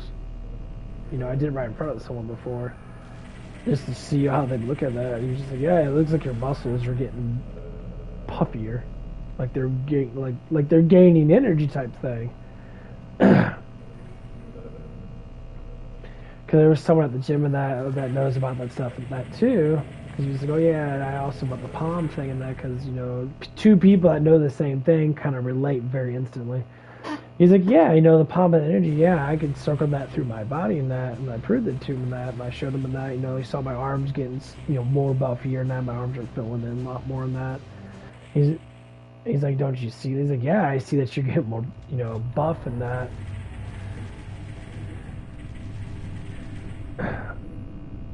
And what it is, I'm sending the messages to my muscle without using the muscle with my brain. And it's causing me to be able to use my muscles without moving them, so to speak. Now, is it more difficult than moving? Absolutely. It takes a lot more energy than that, because the nervous system reacts automatically because you're used to doing it. It's like teaching yourself a whole new thing. It's like teach yourself how to walk kind of thing.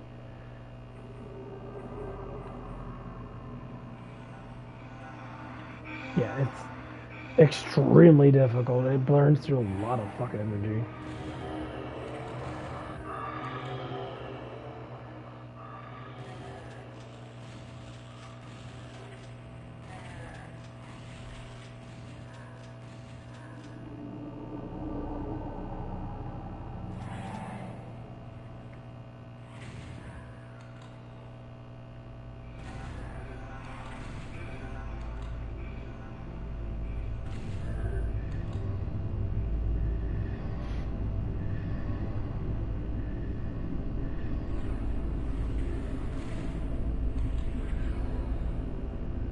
And I've been kind of training with this for, I would say, the last like 7 or 8 years.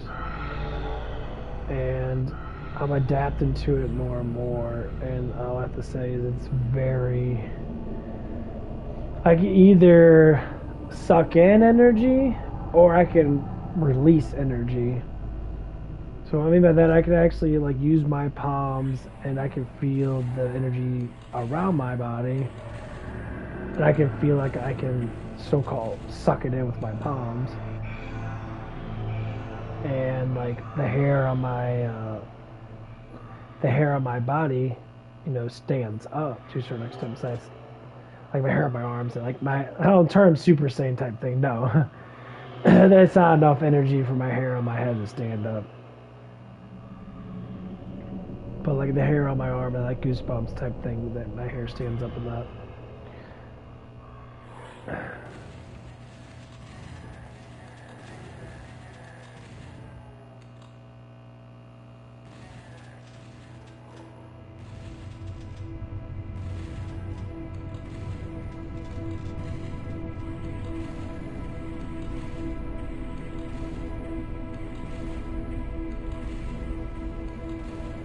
So when I start going through that cycle and that, you know, my mind does a blink out. Then I can start imaging certain things. So what I do is I do enchantment circles. And what are enchantment circles? I do like, say, like zodiac circles. I visualize zodiac circles around me.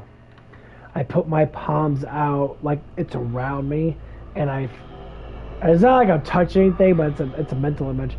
And as soon as I get close up to it, they start to spin. So the zodiac symbols, like whatever, start to spin around me.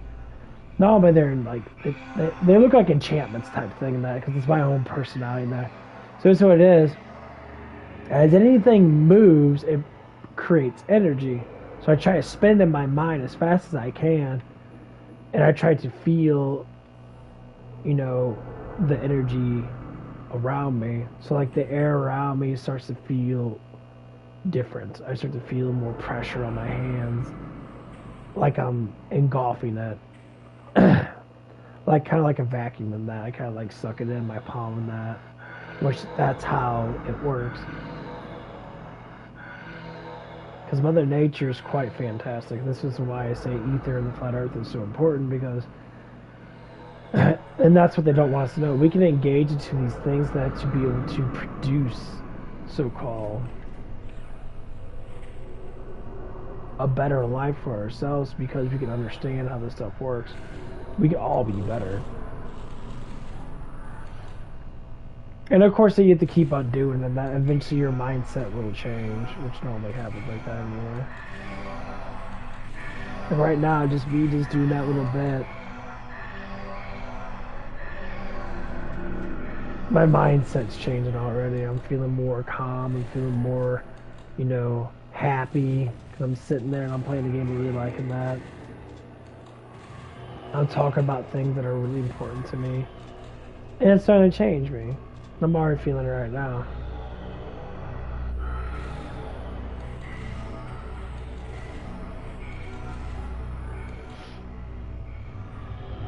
Every time.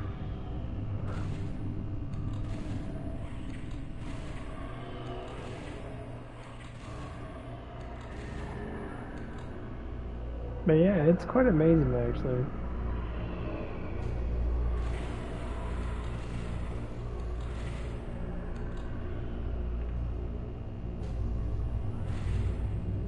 Yeah, this one's kind of weird.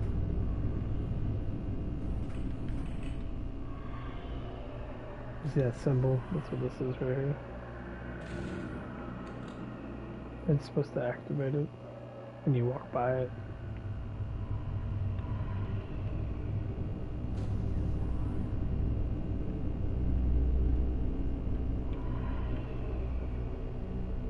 Is there another one right here? No.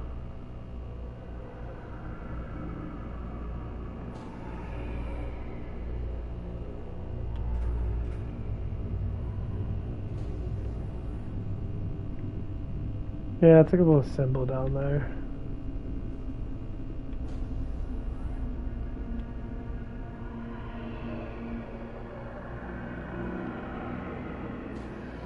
There it goes. Yeah, see? You gotta look at that symbol. Yeah, you gotta look at it with the thing you actually with it.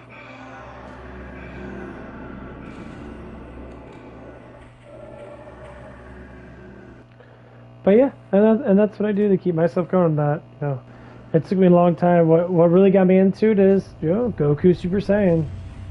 It really got me into the whole focus thing, and that made me start to understand, you know, how you can focus your energy in that. And honestly, it was quite beautiful in that. I really enjoyed it, and like the more and more I started to adapt myself, I started doing this stuff when I was a little kid. And that the more and more I started adapting myself to it, the more I started understanding it.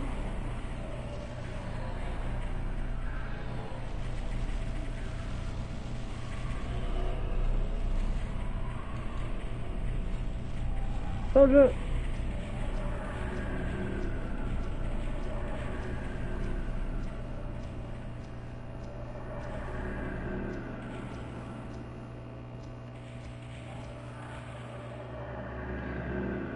And the more and more I start doing it, I start to engage with my spirituality got heavier because I actually start understanding nature more. So I understand how the Creator made us. I understand how He made everything for the most part. So I start getting involved with the Creator more, which is called God. Well, people call God that. I call it Creator because, you know, the Creator of man.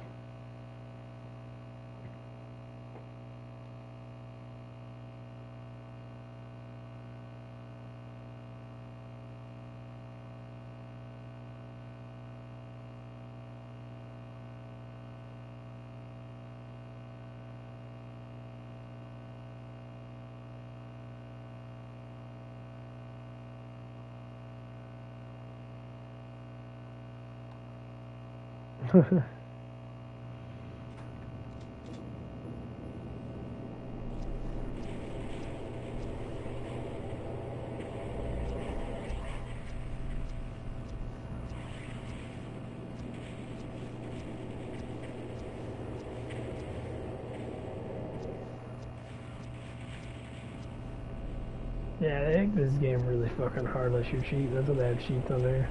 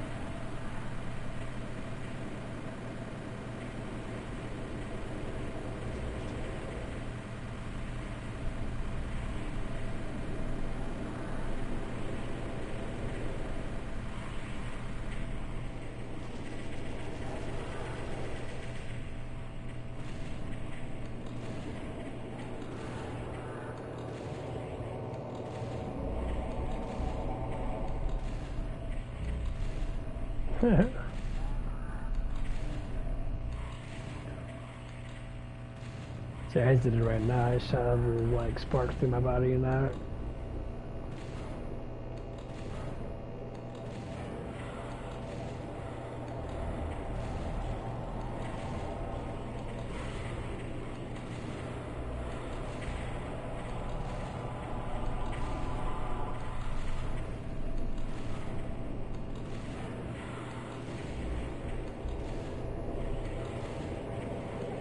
Dude, how are you supposed to survive this? I mean, this is the hardest difficulty, but still.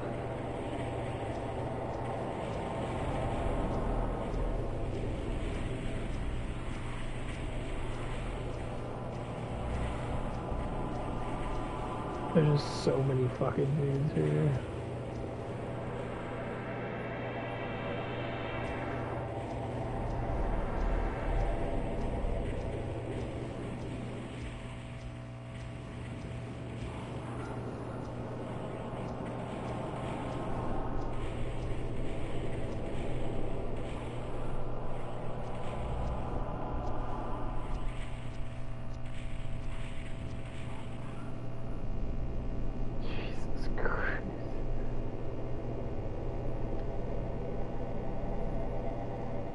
I know you're supposed to grab the vulnerability in that, but like, I don't grab it. That shit's crazy, man. But I love this fucking game so much. I think this game's probably one of the best games ever made. Comes in the creepiness and shit, like they did such a good job.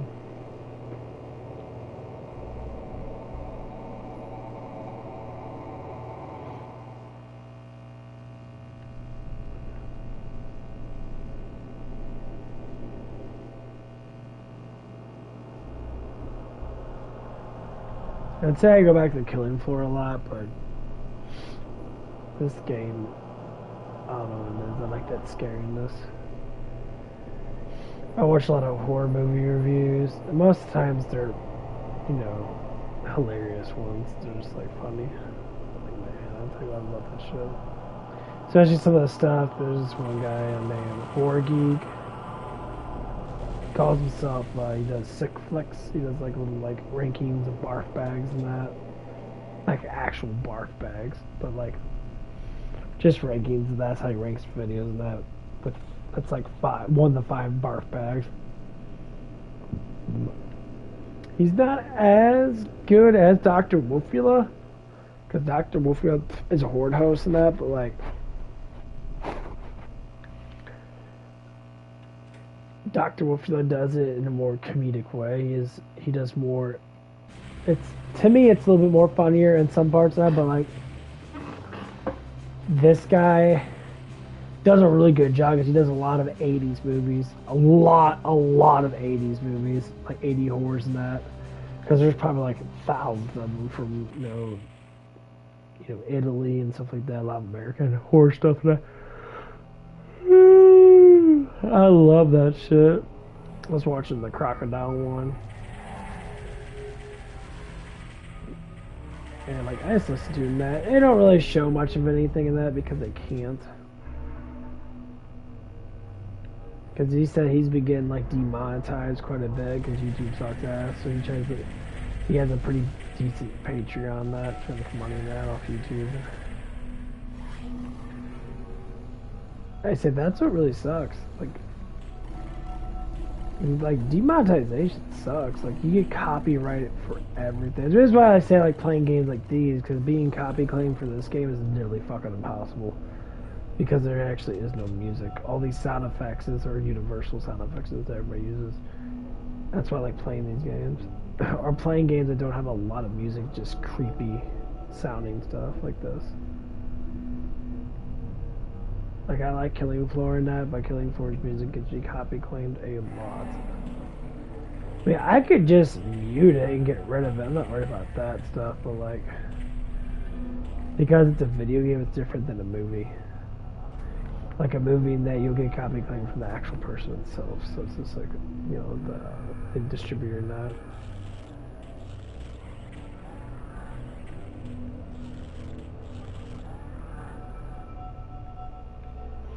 Bitch, I got super fist.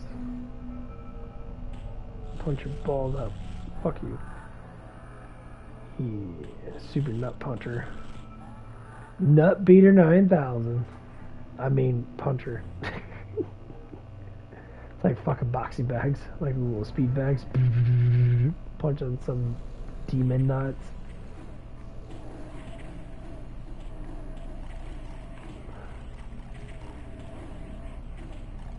Eat my fist, bitch.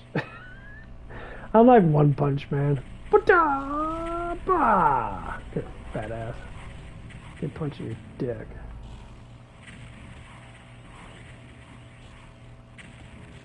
I'm One Punch Man, everybody. I'm trying to. God damn, it's blowing me up, asshole. God, there's so many guys. What the fuck was that?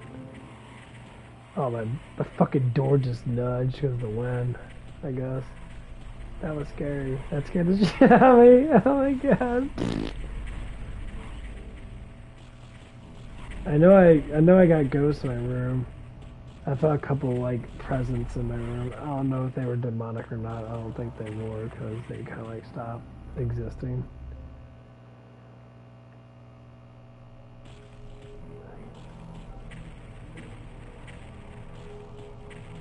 Hunt that bitch.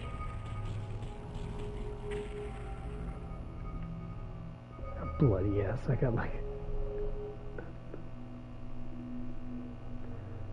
with their gloves punch the shit out of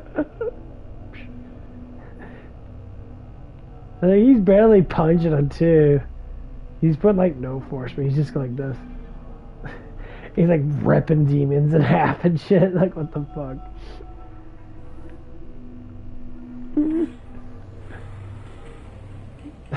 It's like, fuck you. Oh, punch him. Fuck you. Eat my fist, bitch.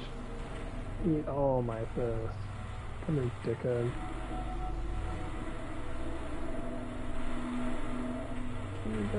These guys are dangerous. If I wasn't cheating, I'd be dead already.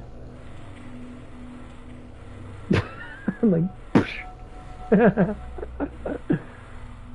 you bitch.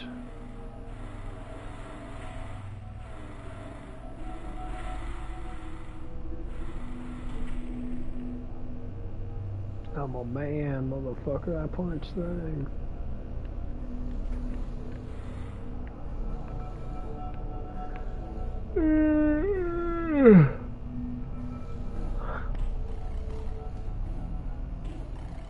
Bitch, I ain't playing no games.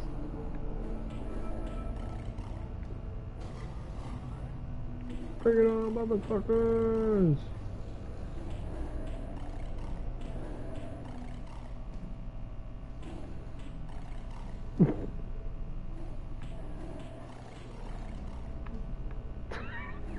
The guy is punching them. You're dead.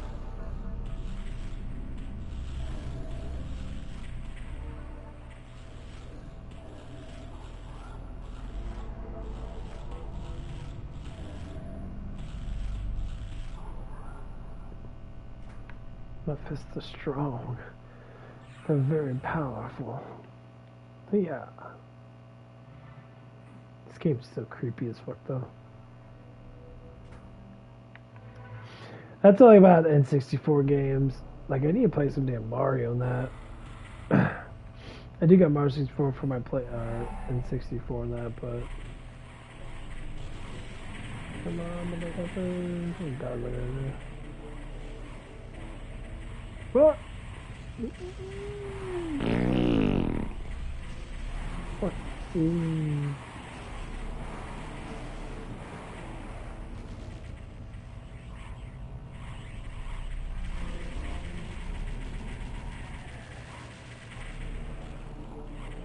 Okay.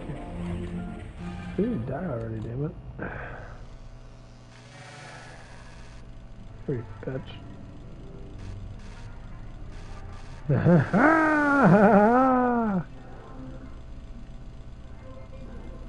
Who wants some?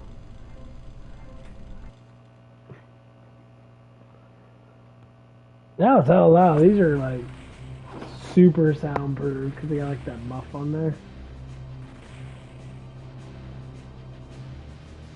This shit legitimately fucking scared my ass. I think I shat myself a little bit.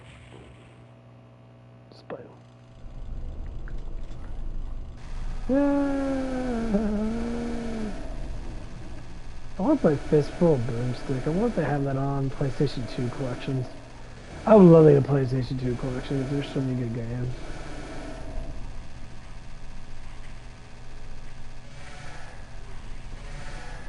Off the top. Like how they're all shooting each other.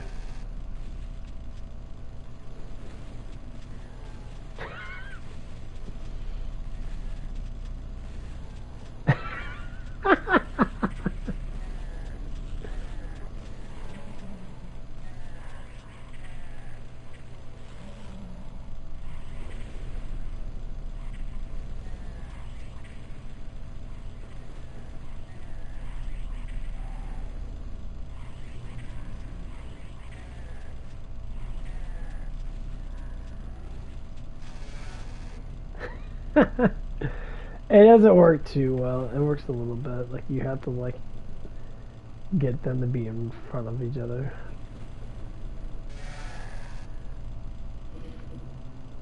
Look, I was seeing one of those little laser beam assholes or the plasma shooter bugs, the brains, faced off with one of those elite demons. Elite demon. I mean, he lost because you know the plasma guys shoot so much energy bolts in that. Are you fucktard?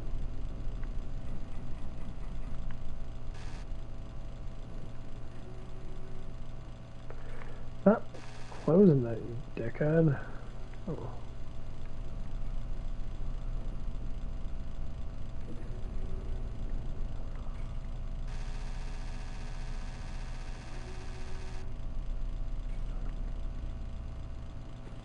But yeah, that shit was hella funny.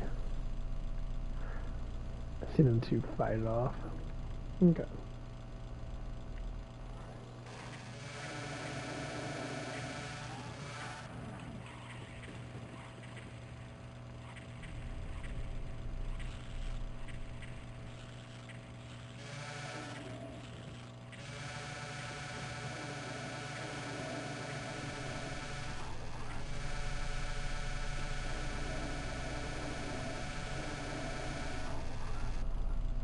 I'm gonna unplug my fucking mouse. It's a little chilly right now.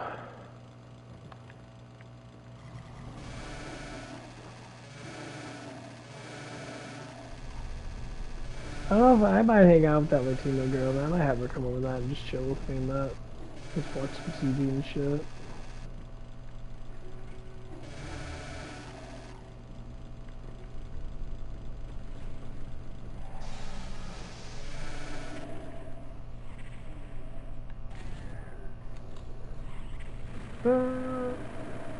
Yeah, she lives like 15 or so minutes away.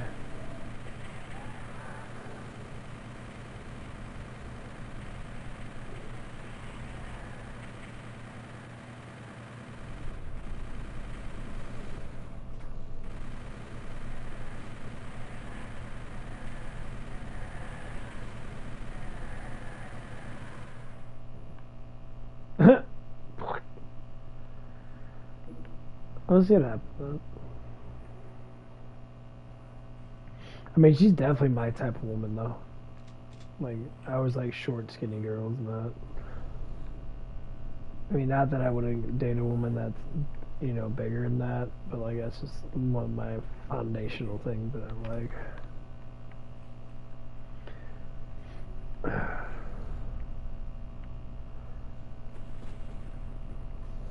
I know some people might be like, yeah, I love when people get judgmental about how you judge.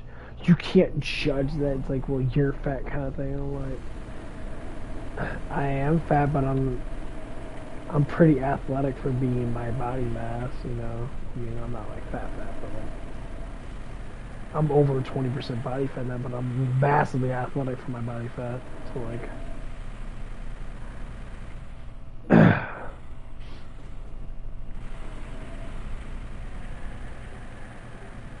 like I did massive hard ass cardio for like 15 minutes straight, and like my heart rate got up and down, but my breathing was still the same. That's how you can tell that the person's athletically inclined. Like if someone does cardio and that, and get their heart rate up to 150 something, and they're sitting there like huffing and puffing that. I wasn't really in and puffing that. His heart rate was just up and that. But again, I do take supplements, so. That's what it has to do with it, but yeah, it's ahead.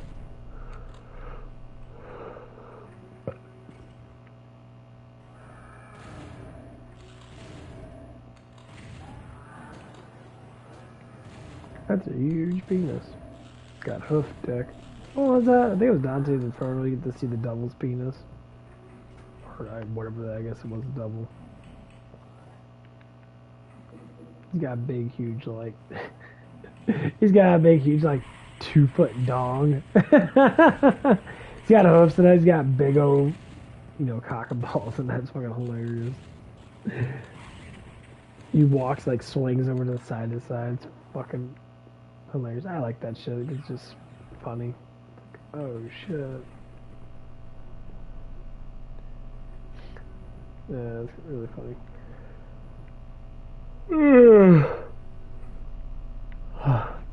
tell you the truth, I think Dante's Inferno is probably one of the most accurate ways that hell is.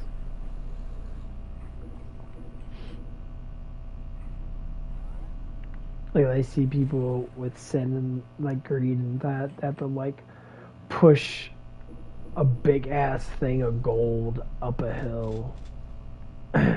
And since they're so greedy that they want it, so they have to push up the hill to get it. And eventually they get so heavy, because I think it gets heavier and heavier as the more you push it. Eventually it ends up being so heavy you can't push it anymore. You ends up falling.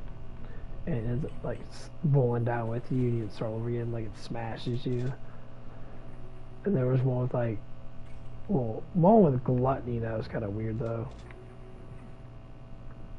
It's basically what it is, instead of people eating, it's people get eaten by like a gigantic like centaur worm, and creepy as fuck, but like it like kind of makes sense to that, 'cause, you know, oh, you like to eat food and that, so now it's time for you to be eaten kind of thing.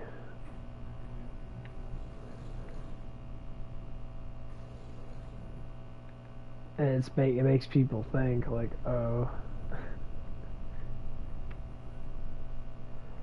Like, people still don't think that, like, a hell and that's real now. Like, here's what it is. The foundation of how hell is going to be a lot different than what people think that it is. Because not everyone knows. Because no one knows. You read the Bible is specific on, like, kind of how hell is. But hell can be a variation of things. But no one knows for sure. All I know is that people say, oh, I've seen demons and that before. I've seen... The presence of entities like that do exist. Yes. Various of ways they show themselves. That's why being a heavy spirituality type person, that is very promising. So like they had an 800 like people gathering of some Satanist crap. I'm like, are you guys serious? Like, it was on the news and that. I'm like, that is ridiculous. Like, why would you have that sort of stuff going on that? And it was really showing like the person that was actually doing that. Like, how can you do that? Like, you're a man of faith. Like, why would you sit there like, well, Lucifer's not bad, Lucifer? I'm like, no one ever said Lucifer was, say, a horrible person when it came down to, like, you know, at the beginning. That, of course not. You know, he was an angel. He was loved by all. But when humanity was made, he got jealous. He rebelled against God. Now, do all the angels that fell, did they all want to get repented and became angels again? I'm sure a lot of them probably did, because it was just like, yeah, you know, God is our Father, you know, and so kind of thinking that, and it was there for a reason. Now, like, if you watch an anime called Lucifer, actually, like, it's a chick with like huge boobs. It's a very like shows a lot of boobs in that, and like hell was already created. They already had sin. That was who was ruler of it, and then they made like Lucifer came down as an angel and that, and people talked about it because they knew about it. And they're like, oh yeah, you know, we knew about you rebelling against God, all that stuff and that, and blah blah blah. They're all like, oh yeah, you know. Biggest thing is they made it look like they talk about the sin of lust and that, like, you know, they're saying like, oh, no one should have sex unless they're married and that, and from perspective it's like, and they're trying to make it look like Lucifer was a good person, because they actually try to explain it, but it actually doesn't make sense. You know, when you have sex with someone, that just because you're not married doesn't mean that you don't love that person. It's basically what the animated character was saying. I'm like, well, that does make sense, because, you know, if you do love someone, that truthfully loves someone, that most time marriage is not engaged unless you actually love someone, and that's when you get, you know, the sexual orientation. Now, if you have sex without emotion, then that's lust. That's more of a lustful way, means that you don't care, you just won't feel good. And then it just comes down to chemical compounds.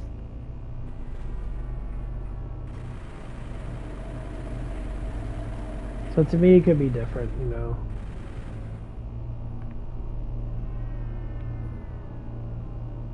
This is creepy as fuck. This level always creeps me out. All the screaming people and that.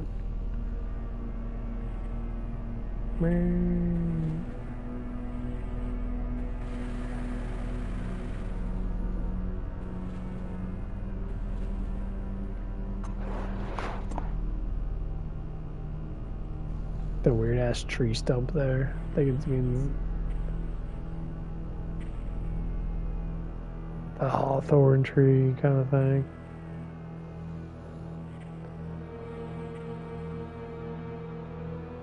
Even a dog barking outside. There.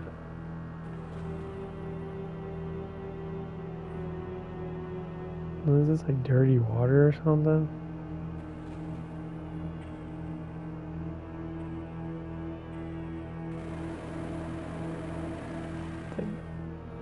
water. Like demon shits all over the place.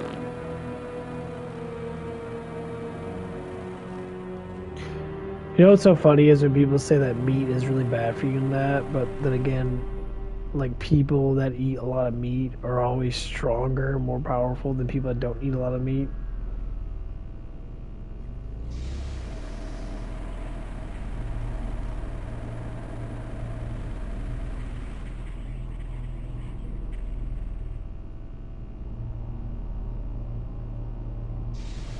I noticed that with me and that, like I just ate a whole bunch of beef jerky and that, and like before I went to bed, I took my little nap and that, I ate like 140 grams of protein of chicken in like 2 hours, something like that.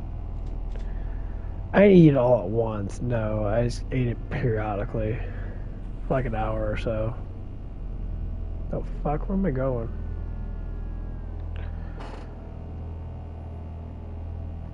I think there's teleport things from here.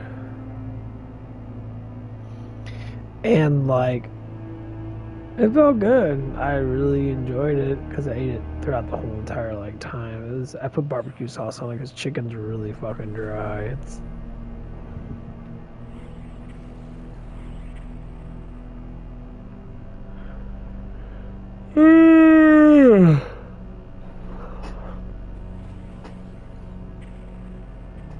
but yeah. So as long as you get it, you get it in. You know. That's what a lot of people say, you know, put sauces on that, make it taste really good, because you're going to be eating that stuff alive. Might as well be interesting, you know.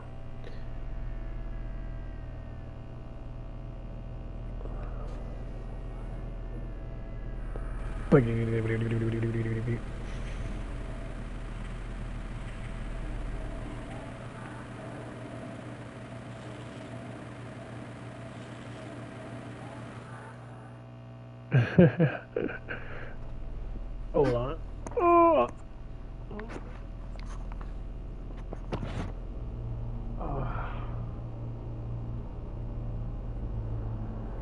I like wiping down my teeth. I don't like brushing them all the time.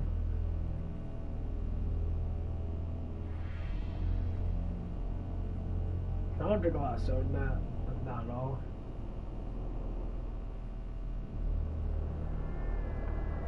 Well, I notice that when you brush them, it actually doesn't get all the plaque off. But when you take like a warm cloth, like a soft cloth, and you actually like wipe around your teeth, it actually pulls all the gunk off your teeth. Because your teeth aren't smooth, that means they got gunk. That's right, your tongue can't get on. They should, but it can't.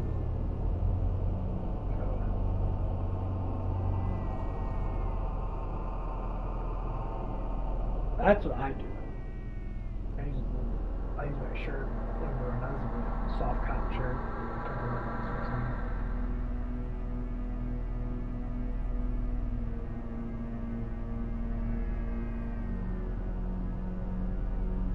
They did have those toothbrush things you like rubbing your teeth and that. I just use my shirt.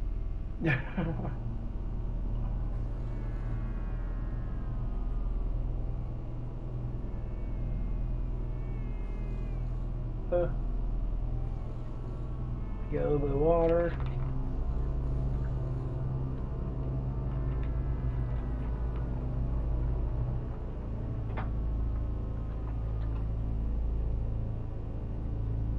And it's dry as fuck.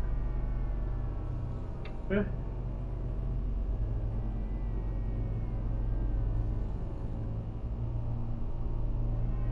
Where should I go?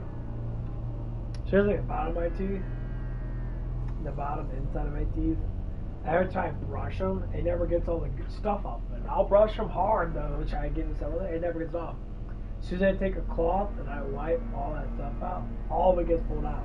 My teeth get completely smooth again. So toothbrushes actually don't work that good. Like you have to put a lot of toothpaste on it. Like the toothpaste and stuff actually like makes it gritty enough to where you can actually like, it kind of actually cleans it. I would just get a hot washcloth, make sure it's soft enough like cotton or something like that, and just rinse your teeth out. But use a cotton ball. Just rinse off your teeth with a cotton ball. Get peroxide on it and just go through your teeth. Oh. Huh. Actually works like a fucking charm.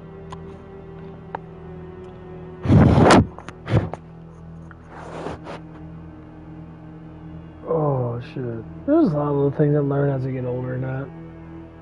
Like the less sugar you have in your teeth. If you eat a good amount of sugar in that, just to say, rinse your mouth out with water. It'll pull all that shit out of your gums. And then your teeth last longer. They stay more whiter and that. And they don't get so much plaque buildup and shit.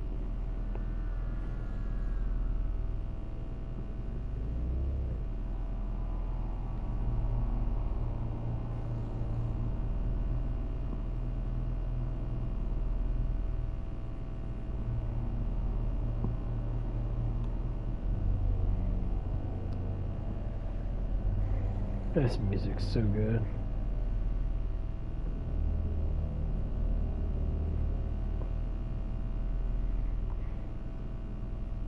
I love this type of stuff that was really like gritty sounding. That's how N64 was. I mean, even PlayStation like that when Resident Evil 1 came out, Resident Evil 2 came out, it was like all gritty. Like the sound effects always got you, and that you're sort of like, what the fuck, you know?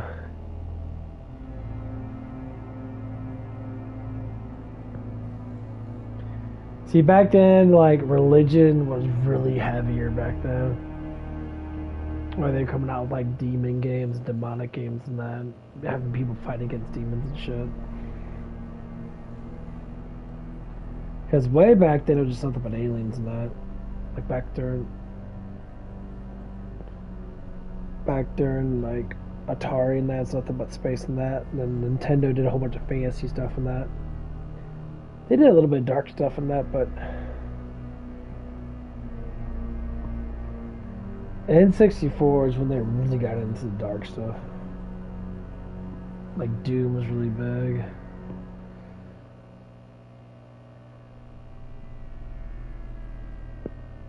Yeah, the Duke Nukem and that, which was really big back then. There's a couple other like really like. There was this one game I played with my friends last night. It was like a demon zombie fighting game. You pick like, it's like Gauntlet, so you pick like 4 or 5 characters, you walk around, you like beat up zombies and that, or demons, they like, you beat them up and then like they explode, you like beat their heads off and that. Of course it was 64-bit, so it wasn't like super gruesome. But it wasn't like a platform, it was like above cameras kind of thing. And you walk around, you like beat people with, beat demons up and that, or zombies up, and they explode and that, and like their arms fall off and shit. It's actually a really good game. I just haven't. It was freaky though. I used to play it at really, because you had this basement. This basement was really like, it was like a long hallway kind of thing, and like it was always creepy down there because it was really tight, like a hallway. But it was rather long hallway because you know a whole bunch of couches down there and that, like, you know, a whole bunch of stuff down there. That was like a little playroom and that. So you had like one TV down there, you had a couch, and you had like another chair on the side, and a TV. Then as you go down into the hallway and that, there'd be 2 other couches there. And then you went farther down that, then there was like a refrigerator, and then there was the side room, which was part of the garage. Kind of like my room, but it was really small. And I mean, it had a closet in that. It was considered a room. It used to be a room back then when an old person had that. It actually looked really cool in that. It was cozy as hell in that place because it was just like everything was all blocked in. It had carpet and that. It had wooden like panels everywhere in that. So it had a whole bunch of furniture down there, a whole bunch of like covers and pillows and shit. And like, yeah, we used to hang out there all the time, play a lot of N64 and that, played a lot of Perfect Dark, played a lot of like StarCraft, played a shit ton of StarCraft. He had a whole bunch of games in that. Yeah, like a whole like carton of Nintendo 64 games. I wish I would have got them. I wish now I would have got them, because I love that shit.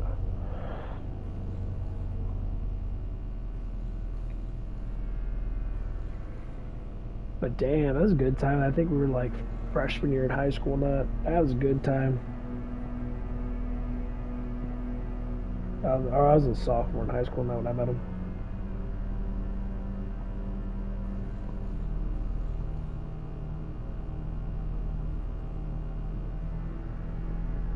And he got into like a big workout phase where you start getting all like buff and that, because you start like drinking a lot of protein shakes and then eating more protein and that. He was lifting all the time, like his one friend used to lift a lot of weights and shit. He got all puffy and that. We still hung out that, but like after a while that we stopped hanging out, like in high school, that because his dad was overly assuming I was doing drugs. I was giving his son drugs, or adopted son. He's adopted. And later on, I figured out he was a skater boy, so he started doing like skateboard and shit, like. And like this happened in a matter of like a year or so. Me and him were hanging out all the time, like playing video games. That's all we did. We played video games and hang out. At high school, now you start hanging out with these other kids. And I'm like, why don't you hang out with me anymore? And I was like, well, I hang out with these people and stuff like that. And that's when it started changing. And we stopped like talking that much and that. And I'm like, I'm big in video games. But the biggest problem is that like most people stop playing video games, they start doing other things. So like they get with a girl and that, the girl like sucks up all their fucking time for being a man. And I'm just sitting there like, you can't be a man anymore? You can't hang out with me no more? I got a girlfriend. I'm like, so? And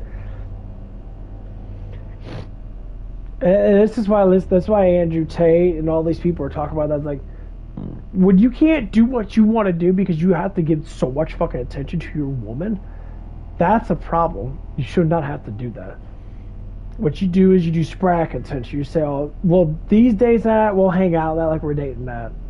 Like I always see you every day and I don't see my friends at all. So we'll go out with our friends out, we're gonna play games or something like that. You know, I'll spend like a whole day with them and I play video games, not caring what my girl does. She'll probably sit there and like watch TV and shit, or like do laundry or hang out with her friends and that, or whatever that is. More or less like probably just like watching TV, probably talking to the phone, gossip, but no crap. Come home, be cool, you know, and that's it.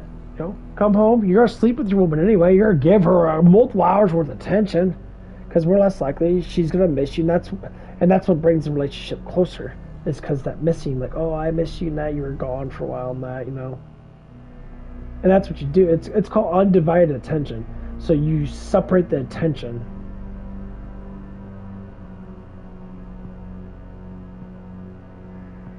And that's what you do. So you separate the attention. You say, okay, I want to do this, do that, do this. And they're like, okay. And then you do it. And that's what you want to do.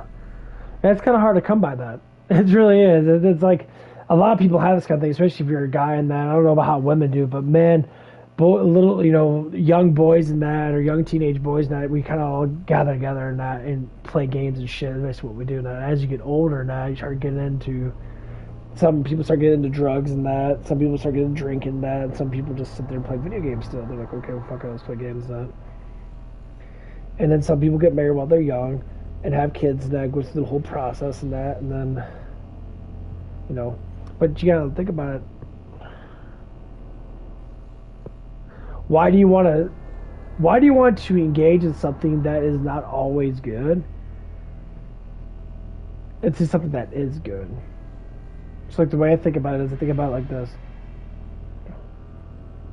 If I have a friend that gets married, has kids and that, and like me and him can't hang out anymore now like we used to,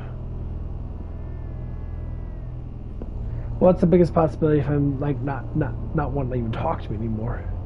Which has happened with both of one of my friends. They you know, my friend, his name's Eric, and that he got married. His wife was super cool now. Like she didn't care that she hung out with me and that, but he decided to stop hanging out with me. We hung out all the time. The same thing with the guy down the street I was just talking about before, the adopted guy. His name was Matt. We hung out all the time. It was his dad that pushed me away, even though nothing happened to that. And like, me and him were super close in that.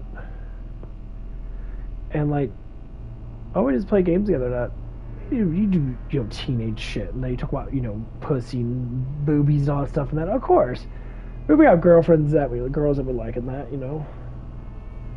There's nothing wrong with that. It's just how it is. It's like the most of my friends and that I've lost because of other complications or because they didn't want to hang out with me because for whatever reason. And like go on for next door to me in that, you know, he had like, it seemed like he had a thing for his mom or something like that, and like he had like it was weird, like I don't know what it was, like a son attraction to mom kind of thing in that. And like I know some people do that and that because, you know, if your mom's like very attractive looking and that, and she's like a bombshell, which she was, and I ain't gonna lie. And like one day I was in his room and that, and I found a picture of his mom in like one of those tube tops, and she had big boobs. Like she was very, very, I ain't gonna lie, she was very sexy. She was a very attractive looking woman. She always had her boobs pushed up in that, and she had some fat tits on her now. She was very, very pretty. And like she had like one of these pink tube tops on where they showed like just her shoulders and that, and she had huge boobs. And I'm like, why would you have a picture of that in your fucking room? Like it was kind of weird and that. But sometimes sons do that kind of thing. It's awkward, but you know, when you're growing up as a teenager and that, obviously if your mom's really hot, that you ain't gonna look at her face. You kind of like look at her boobs. And that boobs are boobs. Doesn't matter what woman they're on, they still pretty much are boobs. And it was kind of weird though, because I think the reason why he's not hanging out with me because he knew that I had a little crush for his mom, and I'm like, well, your mom's really hot. It's not my fault your mom's walking out in her fucking underwear and that, and like, and one day she bent over and her butthole was fucking all see-through and shit. You could see her little butthole and all that shit and that. She wore like a super tight-ass fucking shirt and that. Big-ass titties all hanging out and shit. I'm like, oh yeah, of course guys are going to sit there and look at that, but like, oh my god, it's the first time seeing something like that in person. And your mom's like super fucking attractive looking at that, you know. All I remember, every time I used to go over that, she always wear like a, she'd always wear, where she wears a bra that they're kind of push-up bra, that she always show cleavage, but her boobs were always hanging out, like always. Not like a massive a lot, but she wore low-cut shirts and that because her boobs are big. And like, she had a really pretty face, and she's just a drop-dead gorgeous woman. I mean, honestly, you know, if she was younger than that, I'd plow her to death. Right now, you know, I wouldn't do nothing about it now because she's old, but she's my age. Oh my god, yeah, hell yeah. But like, it's starting to get kind of like, that's basically how a lot of it came up to being that. And then he stopped hanging out with me next year. He met other friends and that. They were doing band stuff and that. I'm like, oh, I like doing band stuff and that. You know, I like singing and playing keyboards, stuff like that, you know. And he's like, but you're not part of band. I remember this. I'm like, what the fuck's that to do with anything? I can still learn. He's like, well, you're not in band that, so, you know, you don't know how this stuff works. Then you don't know how to read music and that. And so I end up leaving, like, what the fuck does that to do with anything? Like, that's massively fucking ignorant. Like, I've been friends with you since fucking kindergarten, dude. Like, I've known you the bulk of my life. We used to hang around with a lot. We used to play a lot of games and play capture the flag together and that. Play a lot of games there and that. And, like, slowly we started drifting apart because he started hanging out with other people. And then he stopped liking me because he didn't think I was smart. And so basically what it is, he was saying shit behind my back, and I wasn't hearing about it. Because one of the guys I did know, I've known him since I was in kindergarten too. And one day we were at the movies. I think that's when Transformers 1 came out. So we went to the movies and that. We're like, oh, we got popcorn. We were all sitting down watching the movie and that. And then one of the guys in the background said something. And I don't know what it was. I used to know his girlfriend and that. And the dude wasn't that good. Like, he was actually an ugly ass dude. And he said something about me. He's like, you're not going to get anywhere in your life with that because you don't make good grades because you're stupid. I'm like, okay. It's like came out of nowhere. Guy had anger issues. So one of the guys, his name's Adam, and they call him Adam. I think it was Streckle John or something like that. He had like a really like masculine like name because he's a big dude. He's like 6'5". He's a big dude, but he's like a teddy bear type dude. But he's really smart, so he knew what was going on. He said just because he does good grades doesn't mean he can't go anywhere. He's like, what the fuck do grades have to do with anything, dude? It's like you can't dictate what people do. He's like, you shouldn't say nothing at all, bro. And the guy got really quiet in that. I think he ended up leaving or something like that. Because, you know, you can fucking shut the fuck up. He was jealous of me because his girlfriend liked me because I knew her in 6th grade before they met in high school. Because she came in 6th grade. And we were like juniors in high school and that. All because his girlfriend evidently liked me in that. He got all like bent out of shape. So you're not worth it and all that stuff. And I'm like, I don't even know you, dude. I don't even talk to your fucking ass. You look like a dickhead. You did. He was a fucking asshole. And it was fucking hilarious though. Because like every time I look at anybody that got a lot of good grades in high school and that, guess what? Most of them, they had basic jobs that I can get. You know, some of them are like teach jobs. I don't want teach jobs. Teach jobs suck ass. I'd rather not be part of that bullshit. A lot of them, you know, they work at factories and shit, or they, you know, some actually do get into like computer engineering and stuff like that. But like, so after a while in that,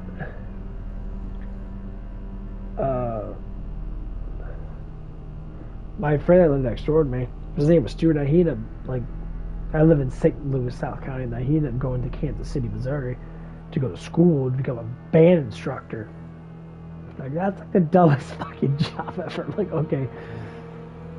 And now I think he's living in California, or he's living somewhere on the coastline and that. He works at a brewery with his wife and that, I'm assuming, because he got married and all that stuff and that. And he used to be like a really pudgy kid that he ended up dropping a lot of weight. He's like really fucking skinny now. And I'm just sitting there like, and I haven't seen him since. And same thing with the other friend Eric, and I haven't seen him since. Matt, the guy, the adopted kid, I see him every now and again. He comes by and that. He's working as a mechanic and stuff like that. Like, but they all have these jobs because they're all they all have women. This is what I'm coming down to. If they didn't have these women, we would all be close. You know, me and Matt would be close. Like, this girl that he's with tonight, you know, she had a kid and that. He felt all the feelings and da-da-da-da. And I guess she was bad like a woman. No, she was cute and that. Me and him kind of had the same taste for girls. It's like, but what if you didn't have that? What if you were just bros just hanging out and having fun and that? And, you know, sitting around, you know, maybe drinking a couple beers or something like that. Or sitting there just chilling out, having energy drinks and just playing games and shit. Would that be more fun than dealing with a woman? I mean, I hate to say it though, I think it would be more fun to deal with that. You know, deal with a lot of bullshit and that. Why, you get to have sex? Okay. You can still have sex, you just don't need to be married.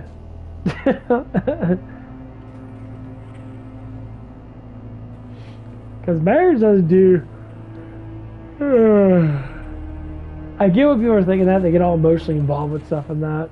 And they're all like, oh my god this, oh my god this, oh my god that.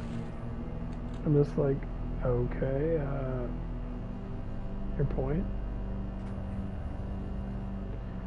I'm not gung-ho about, you know, the whole girl thing and that. Because, you know, like I had a girl come over, you know, that I work with and that. And you're just talking like we were friends. Like nothing was happening and that. We're just chitter-chatting about stupid shit and that.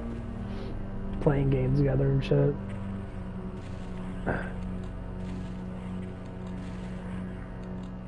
I tease her and that, you know, so I'm like, oh, why don't you just come over? So yeah, I was like, normally you could tell like how girls come over that in the clothes of that if they want to get in bed and all that stuff and that or whatever it is.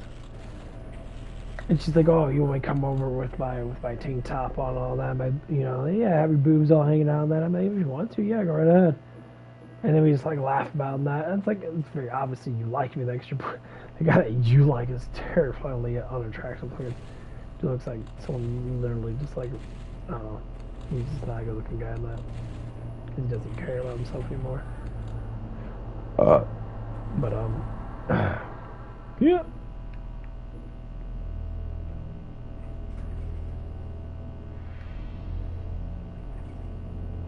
Man. I think I'm probably getting off in a little bit. What time is it? It's 4:30. Yeah, whoever's watching me in that, I appreciate you watching me.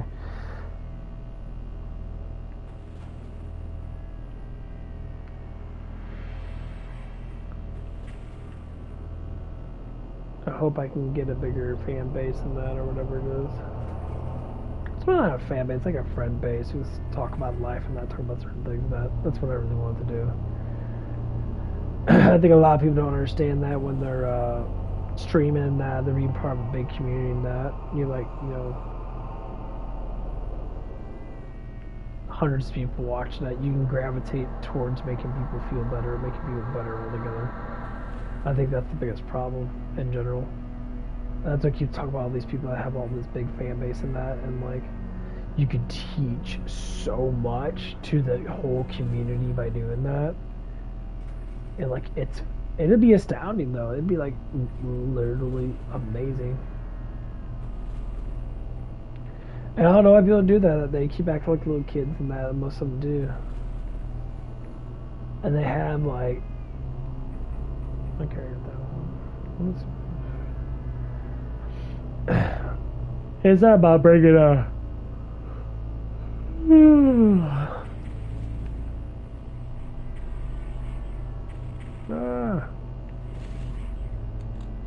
Get your finger out of my ass, boy.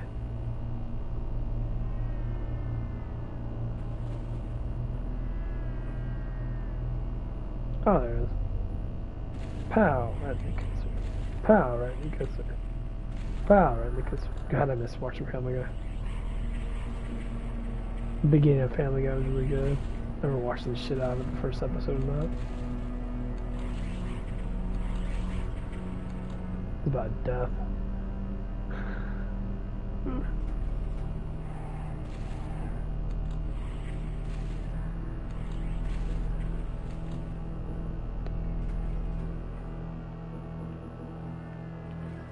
Now I just watch a bunch of YouTube horror stuff, try to give people on YouTube more money. That's the YouTube version now.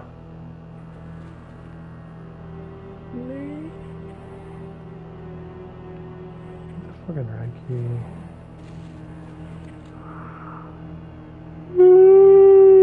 Holy shitter macaronis. I'm tired. I actually got a really good exercise in. I was doing, I was listening to, what's his name? Rich Parr, whatever his name is. He's a bodybuilder guy, and that he's explaining. He's just like, hey, take 15 pounds, do 100 curls. Do 100 curls a day. Do 100 skull crushers. Just do 100 of everything. Just 15 pounds. I was doing chest presses. Just do 100 chest presses. Now you have to do it all at once. I couldn't get up to that. Doing 100 curls with my biceps, that was nearly impossible. I could only do like 30 before I really start to burn. Like it was. And I didn't have any creatine stuff in me. I could have got a little bit higher than that, but that shit would burn like fucking hell. I was like, once you get up to 200, I could do 100 push-ups and that. And I was doing my chest presses and that. I think I got up to like 40. It was like about 40, 41 or something like that. And then because your arms are hurting too. And like, yeah, it works pretty good. It's like lightweight. And like, here's what it is. The lighter the weight is, the more pressure you have to put in, the less pressure you have to put into it for that muscle to use it, right? So if your muscles are big enough and then they don't tear right away because they're used to doing that weights. So if you sit there and you get up to a certain number, say like, so if I can bench press, say 220 pounds, I bench press my own weight. And so if you like divide that, so 30 pounds, say of 200 pounds is what? 15%. So it's 15% of my max weight. So if I could only do that one time, and say if I could do 30 pounds 40 times,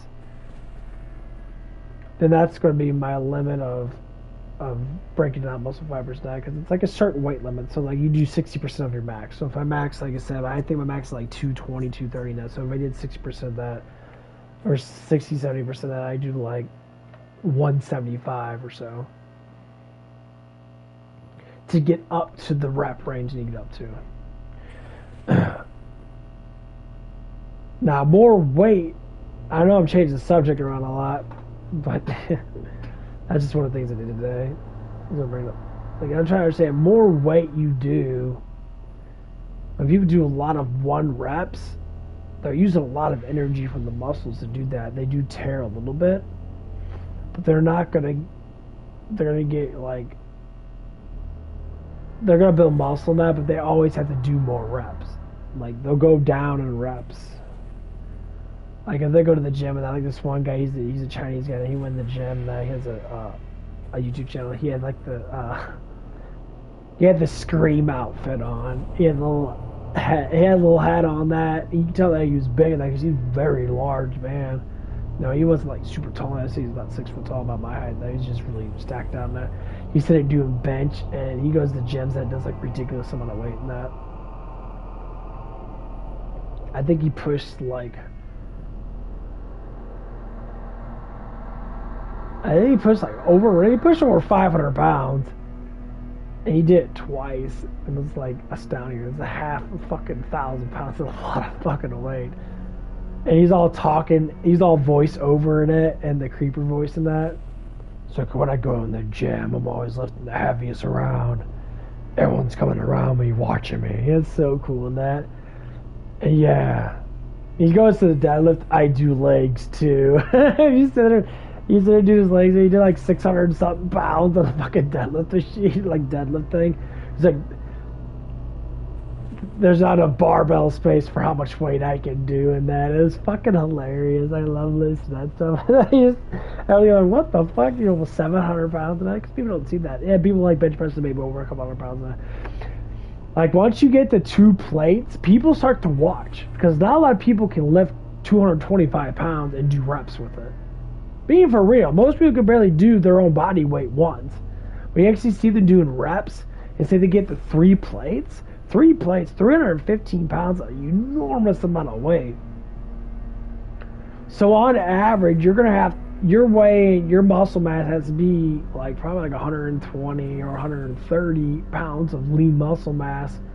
Probably all over, more or less likely. You know, you got to have that develop on your shoulders and that. You gotta have a really big fucking chest with that shit. That's how you can tell. And so, like, that's what it was. It was ridiculous. Like, when I see people at gym doing, like, some people normally only get up to, like, 250. And it's hard as fuck for them to do. They might do it 3 or 4 times, and they can never get up. And when they get up to a 3rd plate, they have a spotter in that, and they're giving it their fucking all. A lot of times because they don't eat enough food. So what I'm learning is, when people say, oh, you need a diet, eat this, but no, it is the more food you eat, the more energy you consume. So if you work out a lot, and your energy consumption is not up to the max amount, you can't break down muscle fibers and that, you're not eating enough. So then you just starve yourself. That's why it's always good to keep up with the proteins and that. Like, honestly, I've never been a big believer in eating like an enormous amount of protein. I do like protein, but like now it's getting to that point is I don't care anymore. I'll eat 150 grams of protein in a 2 to 3 hour period. Like constantly having like 30-40 grams here and there, and that's what I did yesterday. I tried to do at least once a day. So I cut up 2 gigantic chicken breasts, and honestly, it was probably more than that. And then chicken breasts were fucking huge. Like one chicken breast was like 2.5, 3 pounds of chicken breast. And like the other one was like about 2. So I ate 5 pounds worth of fucking meat. And when you estimate 7, you do 7 times 12. You do 12 times 5. So 12 times 5 is what, 60? So you do 7 times 60. And that's how much protein I was eating. It was like a fucking gargantuan amount of protein. And like it was so much, but chicken's really lean in that, not a lot of fat in that, so I can't say it was bad for me, but holy fuck. Or it'd be times 5, so it'd be 400 and something. That would be 400, yeah. No, it'd be, yeah, it'd be 6 ounces is a pound, so it'd be 5 times 6. Or 5 times 12 would be 60, and you do the 7 times 60, so yeah. It was like 400 something grams of protein. Jesus fucking Christ, it was so much. It was so much protein. I think that's how it works. Yeah. I think it does work like that. Maybe it was like 4 or 5 cups of chicken, so it was a lot of chicken. Like I said, like the chicken, one of the chicken breasts was like this fucking fat. And it was like, probably like an 1.5 inches thick of chicken. It took me forever to chop it up because I was tired as fuck. I'm like, oh my god, I'm so exhausted. It took me forever to chop it up. I kept chopping. Like, there's more chicken? I'm like, what the fuck, dude? These chicken are abnormally fucking big. So I ate close to 400 grams of protein. And I probably got to blow ass pretty soon. This feels like I took a shit. Holy fuck. That is ridiculous. That was a lot. I know we don't eat that much, but it was easy to eat though, because I put barbecue sauce on it. It took me like an hour and a half to eat it, but I was eating it periodically, so it's not like I, would take a little break of eating it for like maybe like 10 or 20 minutes. And my body, dissolves a little bit. I picked up something good. So yeah, you can eat an enormous amount of fucking protein very quickly in that. And like I was saying, if you do chicken, that chicken's the easiest way. You just put barbecue sauce on it, put salt, garlic on it, because garlic is stimulation of the blood. Salt helps out with your nervous system and that, and how your neurological system works in that. And then you put barbecue sauce on it because you need a little bit of flavoring, a little bit of sugar, and a little bit of carbs, and that kind of help it digest a little bit easier. And man, you just fucking down that shit. I don't know. That's how it's gonna have to be. So this is the bowl over there. I can tell by like the grease line of it. Like, oh no, this was pasta salad. It was a crap pasta salad thing. I think I put about a half pound of turkey in it because there wasn't enough meat in it. So yeah, yay! Well, yeah, this game's really good. We're gonna see what I gotta get some sleep tonight because I gotta wake up anyway and go up there and see if I can get that interview. Let's see what happens to that. Anyway, I'll see you later, whoever's watching. Chit chat if you are willing to talk eventually. I know I speak English and most people around this time are from different countries and that, but yeah. It's pretty cool.